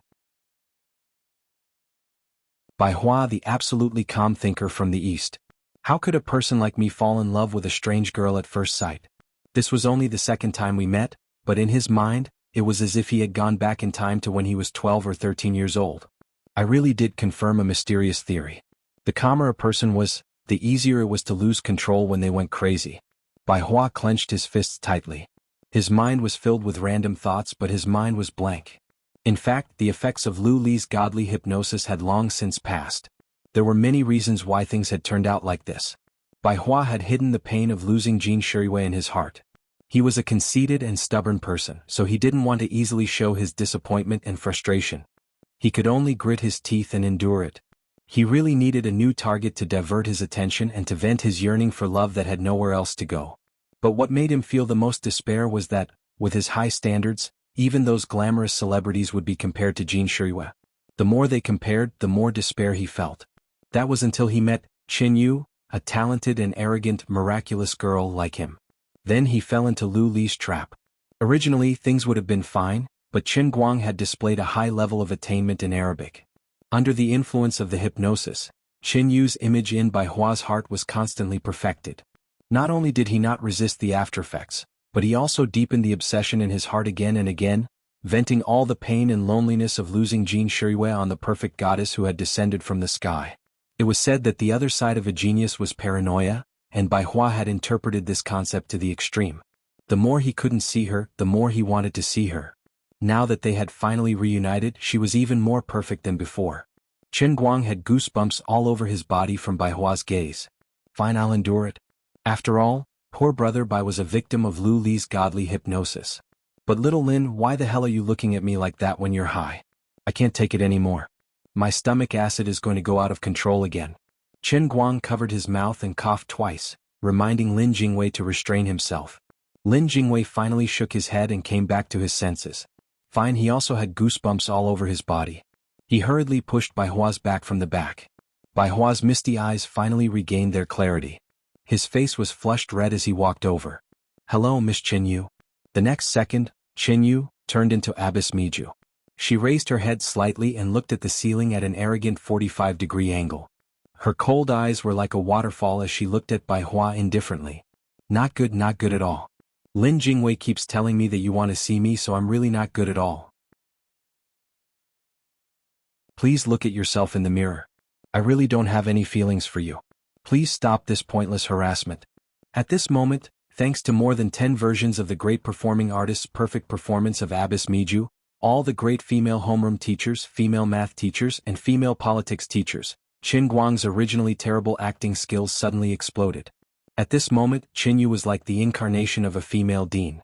Her expression was cold, arrogant, and her eyes were filled with extreme annoyance and contempt.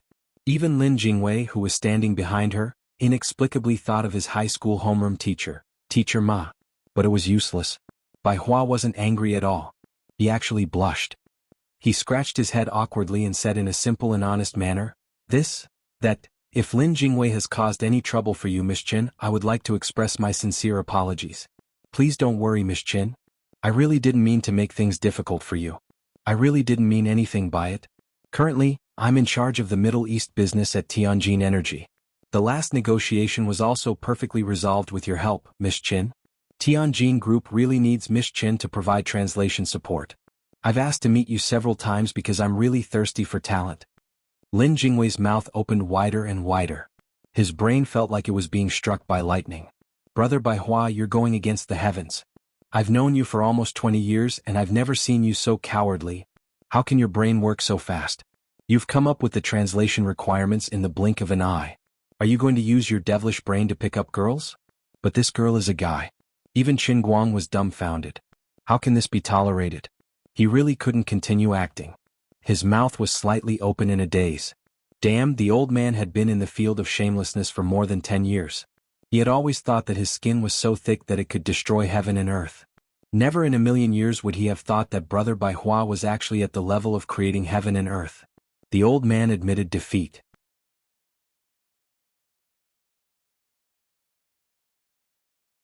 Chapter 573. This was not the end of it. Bai Hua made an extremely gentlemanly gesture to lead him forward, but did not touch Qin Guang at all, showing extreme aristocratic etiquette. Qin Guang slightly turned his face away. Miju Shirtai had a bad start, what should he do now? At this time, Liuli's voice suddenly sounded in his mind.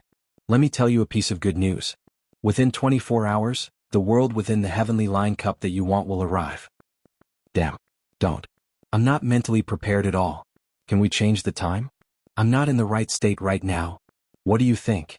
What did it mean when it rains, it pours? Roughly speaking, Qin Guang's current state was that he was wearing women's clothing, had a female voice, and was playing the role of a goddess. Yet, he had to face the completely impolite world within the cup. The painful lesson from the language master's cup last time had taught him not to take Liuli's so-called 24 hours seriously. If he did not agree, it would be 3 seconds later. He began to panic. The strongest cross-dressing man in history? This was not good, right? With a stiff face, Qin Guang sat on the sofa with a heavy heart. Bai Hua was very attentive and asked him this and that. What do you like to drink? Cola? Orange juice? Sprite? Not talking? Don't like any of them? Wang Laoji? Jiaduo Bao? Beijing? Oh, I understand. You must like to drink with Evian. Or everlasting ice spring. Lin Jingwei, who was watching from the side, was completely dumbfounded. In just 5 short minutes, the image of Bai Hua, which he had spent 20 years building up in his heart, as a proud son of heaven, had been shattered like an ice sculpture in the summer. He felt ashamed and covered his face in extreme embarrassment. He only felt that his life was as lonely as snow. He could only helplessly watch a genius of a generation, a genius of Yanjing, and the most famous genius of China in the past 20 years fall to such a state. It really made one sigh and only felt that fate was playing with people. However, Qin Guang's Miju Shirtai's golden body had already been broken, and his mind was filled with thoughts of the impending arrival of the Heaven's Thread Cup. How could he be in the mood to continue acting with Bai Hua? But since he was already here and his goal of making him give up had not been achieved, he could not simply leave. Qin Guang couldn't come up with an idea in such a short time, and he couldn't keep up the act any longer. So he just kept a straight face and ignored Bai Hua. Annoyed, Qin Guang waved his hand impatiently. Mr. Bai, I would like to sit quietly for a while. If you really want me to provide translation services for your company, then please act like a professional. You're really bothering me. Bai Hua was taken aback for a moment, but he immediately snapped out of his daze and was overjoyed. I knew that my efforts wouldn't go to waste. She must have felt my sincerity.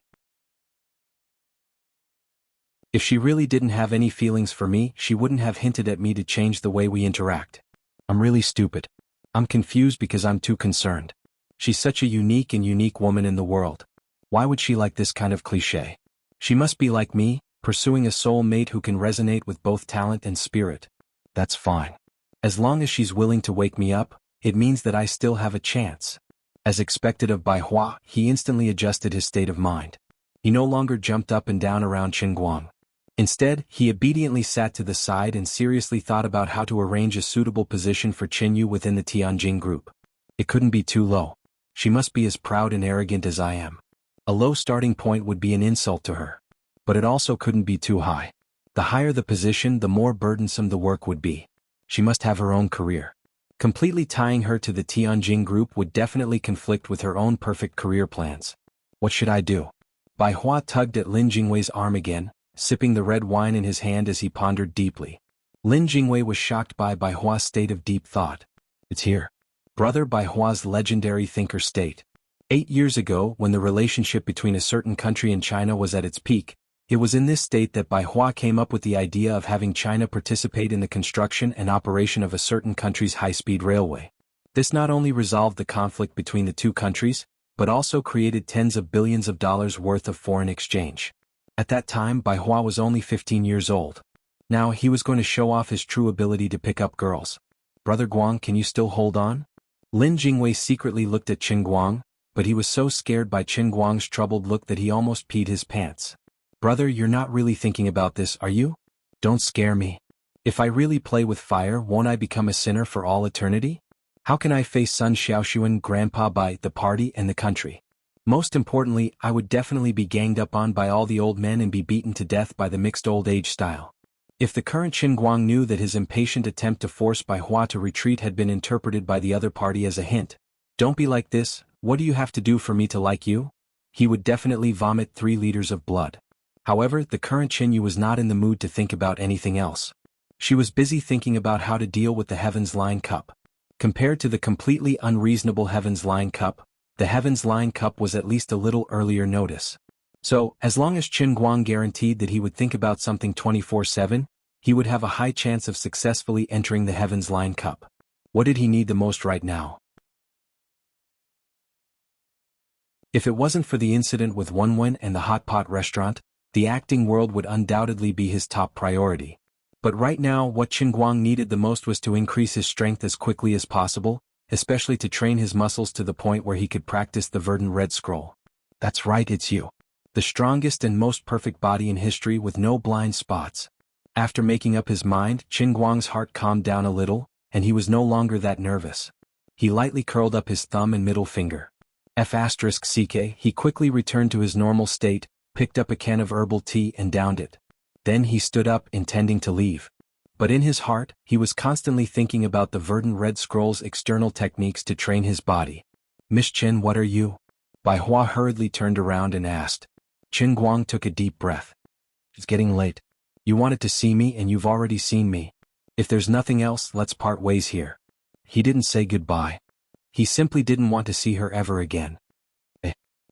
Don't. That's right. Our Skyline Energy is planning to set up a Middle East international department, and we really need a consultant like you. That's right, a consultant. Bai Hua relied on his brain to dominate the business world, and he was able to come up with an idea in an emergency. Beside him, Lin Jingwei asked curiously, doesn't the Middle East International Department overlap with Brother Xiao Bai's business? Bai Hua silently stepped on Lin Jingwei's foot. There's no overlap. There's no overlap at all. Miss Qin, listen to my analysis. It's like this. Didn't you come back to China to start a business? But you must have a big platform. First of all, as long as you are willing to work as a consultant for Tianjin, you will be able to access first-hand information from all aspects of the domestic energy industry. This is completely in line with your personal career planning and needs. Moreover, the position of a consultant is relatively free, and it won't take up too much of your time. Most importantly, we're about to launch a comprehensive cooperation with the Middle East region, and we need a professional business talent like you who knows how to translate and negotiate. You'll definitely be able to show off your skills. I can give you a big platform, a high starting point, and a broad vision. This is a promise that I, Bai Hua, will make. It's also an official invitation from Skyline Energy Group. When he said these words, Bai Hua brought out his usual negotiation state, and there wasn't a trace of personal emotion in his eyes. If Chen Guang really was the female elite who returned home from China that Lin Jingwei had spouted, she really couldn't resist the temptation that Bai Hua was offering. Unfortunately, Bai Hua was destined to play the lute to a cow. Letting out a sigh, Chen Guang gently flipped his wig and continued, I'm indebted to Mr. Bai's love for me. But Mr. Bai, please don't mention this matter again. Learning Arabic was just a coincidence and I'm not focused on it. You found the wrong person. With that, Chen Guang turned around and left. He really lost to Bai Hua. Bai Hua hurriedly followed behind him. What? Miss Chen, you only learned Arabic by chance and you're already at this level. You're a talent among talents. Being a consultant isn't troublesome at all. Chen Guang opened the door and stepped out. Seeing that Bai Hua still hadn't given up, he turned around again and looked at Bai Hua impatiently. Mr. Bai, the drunkard has ulterior motives. Why do we have to make things so clear? Chen Guang, cough cough cough. Although I, Chen Yu, don't have any background and I know how hard it is to start a business, I don't have the face to accept this kind of pie that falls from the sky. Mr. Bai, you're a dragon among men and I, Chen Yu, can't reach your level. This time, Chen Guang's words were completely unpleasant to hear. Bai Hua's face instantly turned white.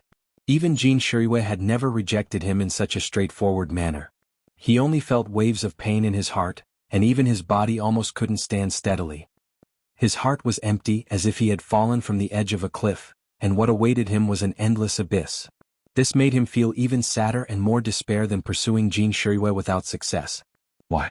I don't understand. You won't even give me the slightest chance? I'm really not anxious for success. I just want to understand a little more. Is such a small request so excessive? Bai Hua's pale voice revealed a heart-wrenching pain. Chen Guang sighed in his heart. He knew it was time to put an end to this matter. This brother of his had already become a demon, and it was better to let him suffer for a short time than to let him suffer for a long time. Mr. Bai, to be honest, I've lived abroad for many years. I'm sure Mr. Bai knows that it's a place that advocates freedom of love. Although I'm a woman, you've also seen my androgynous attire. What I like is actually a woman. I'm sorry, but I'm a lesbian. Just like Jiang Yage in the domestic left-hand and right-hand combination. Such a lovely and lively girl is the type of girl I really like. The most heartless way to reject a person, I'm a lesbian. Ah, brother Bai Jingwei, why are you guys here? What are you talking about? Like me? What's going on? At this time, Jiang Yage's voice suddenly sounded from behind Chen Guang. This time, not only did Bai Hua's face turn pale, but Chen Guang's face also looked as if someone had splashed white paint from head to toe. He definitely didn't look at the almanac when he went out today. He wanted to give himself a fierce slap. Of all the people I could have mentioned, I mentioned Jiang Yage. God, are you torturing me? Lin Jingwei was also completely stunned.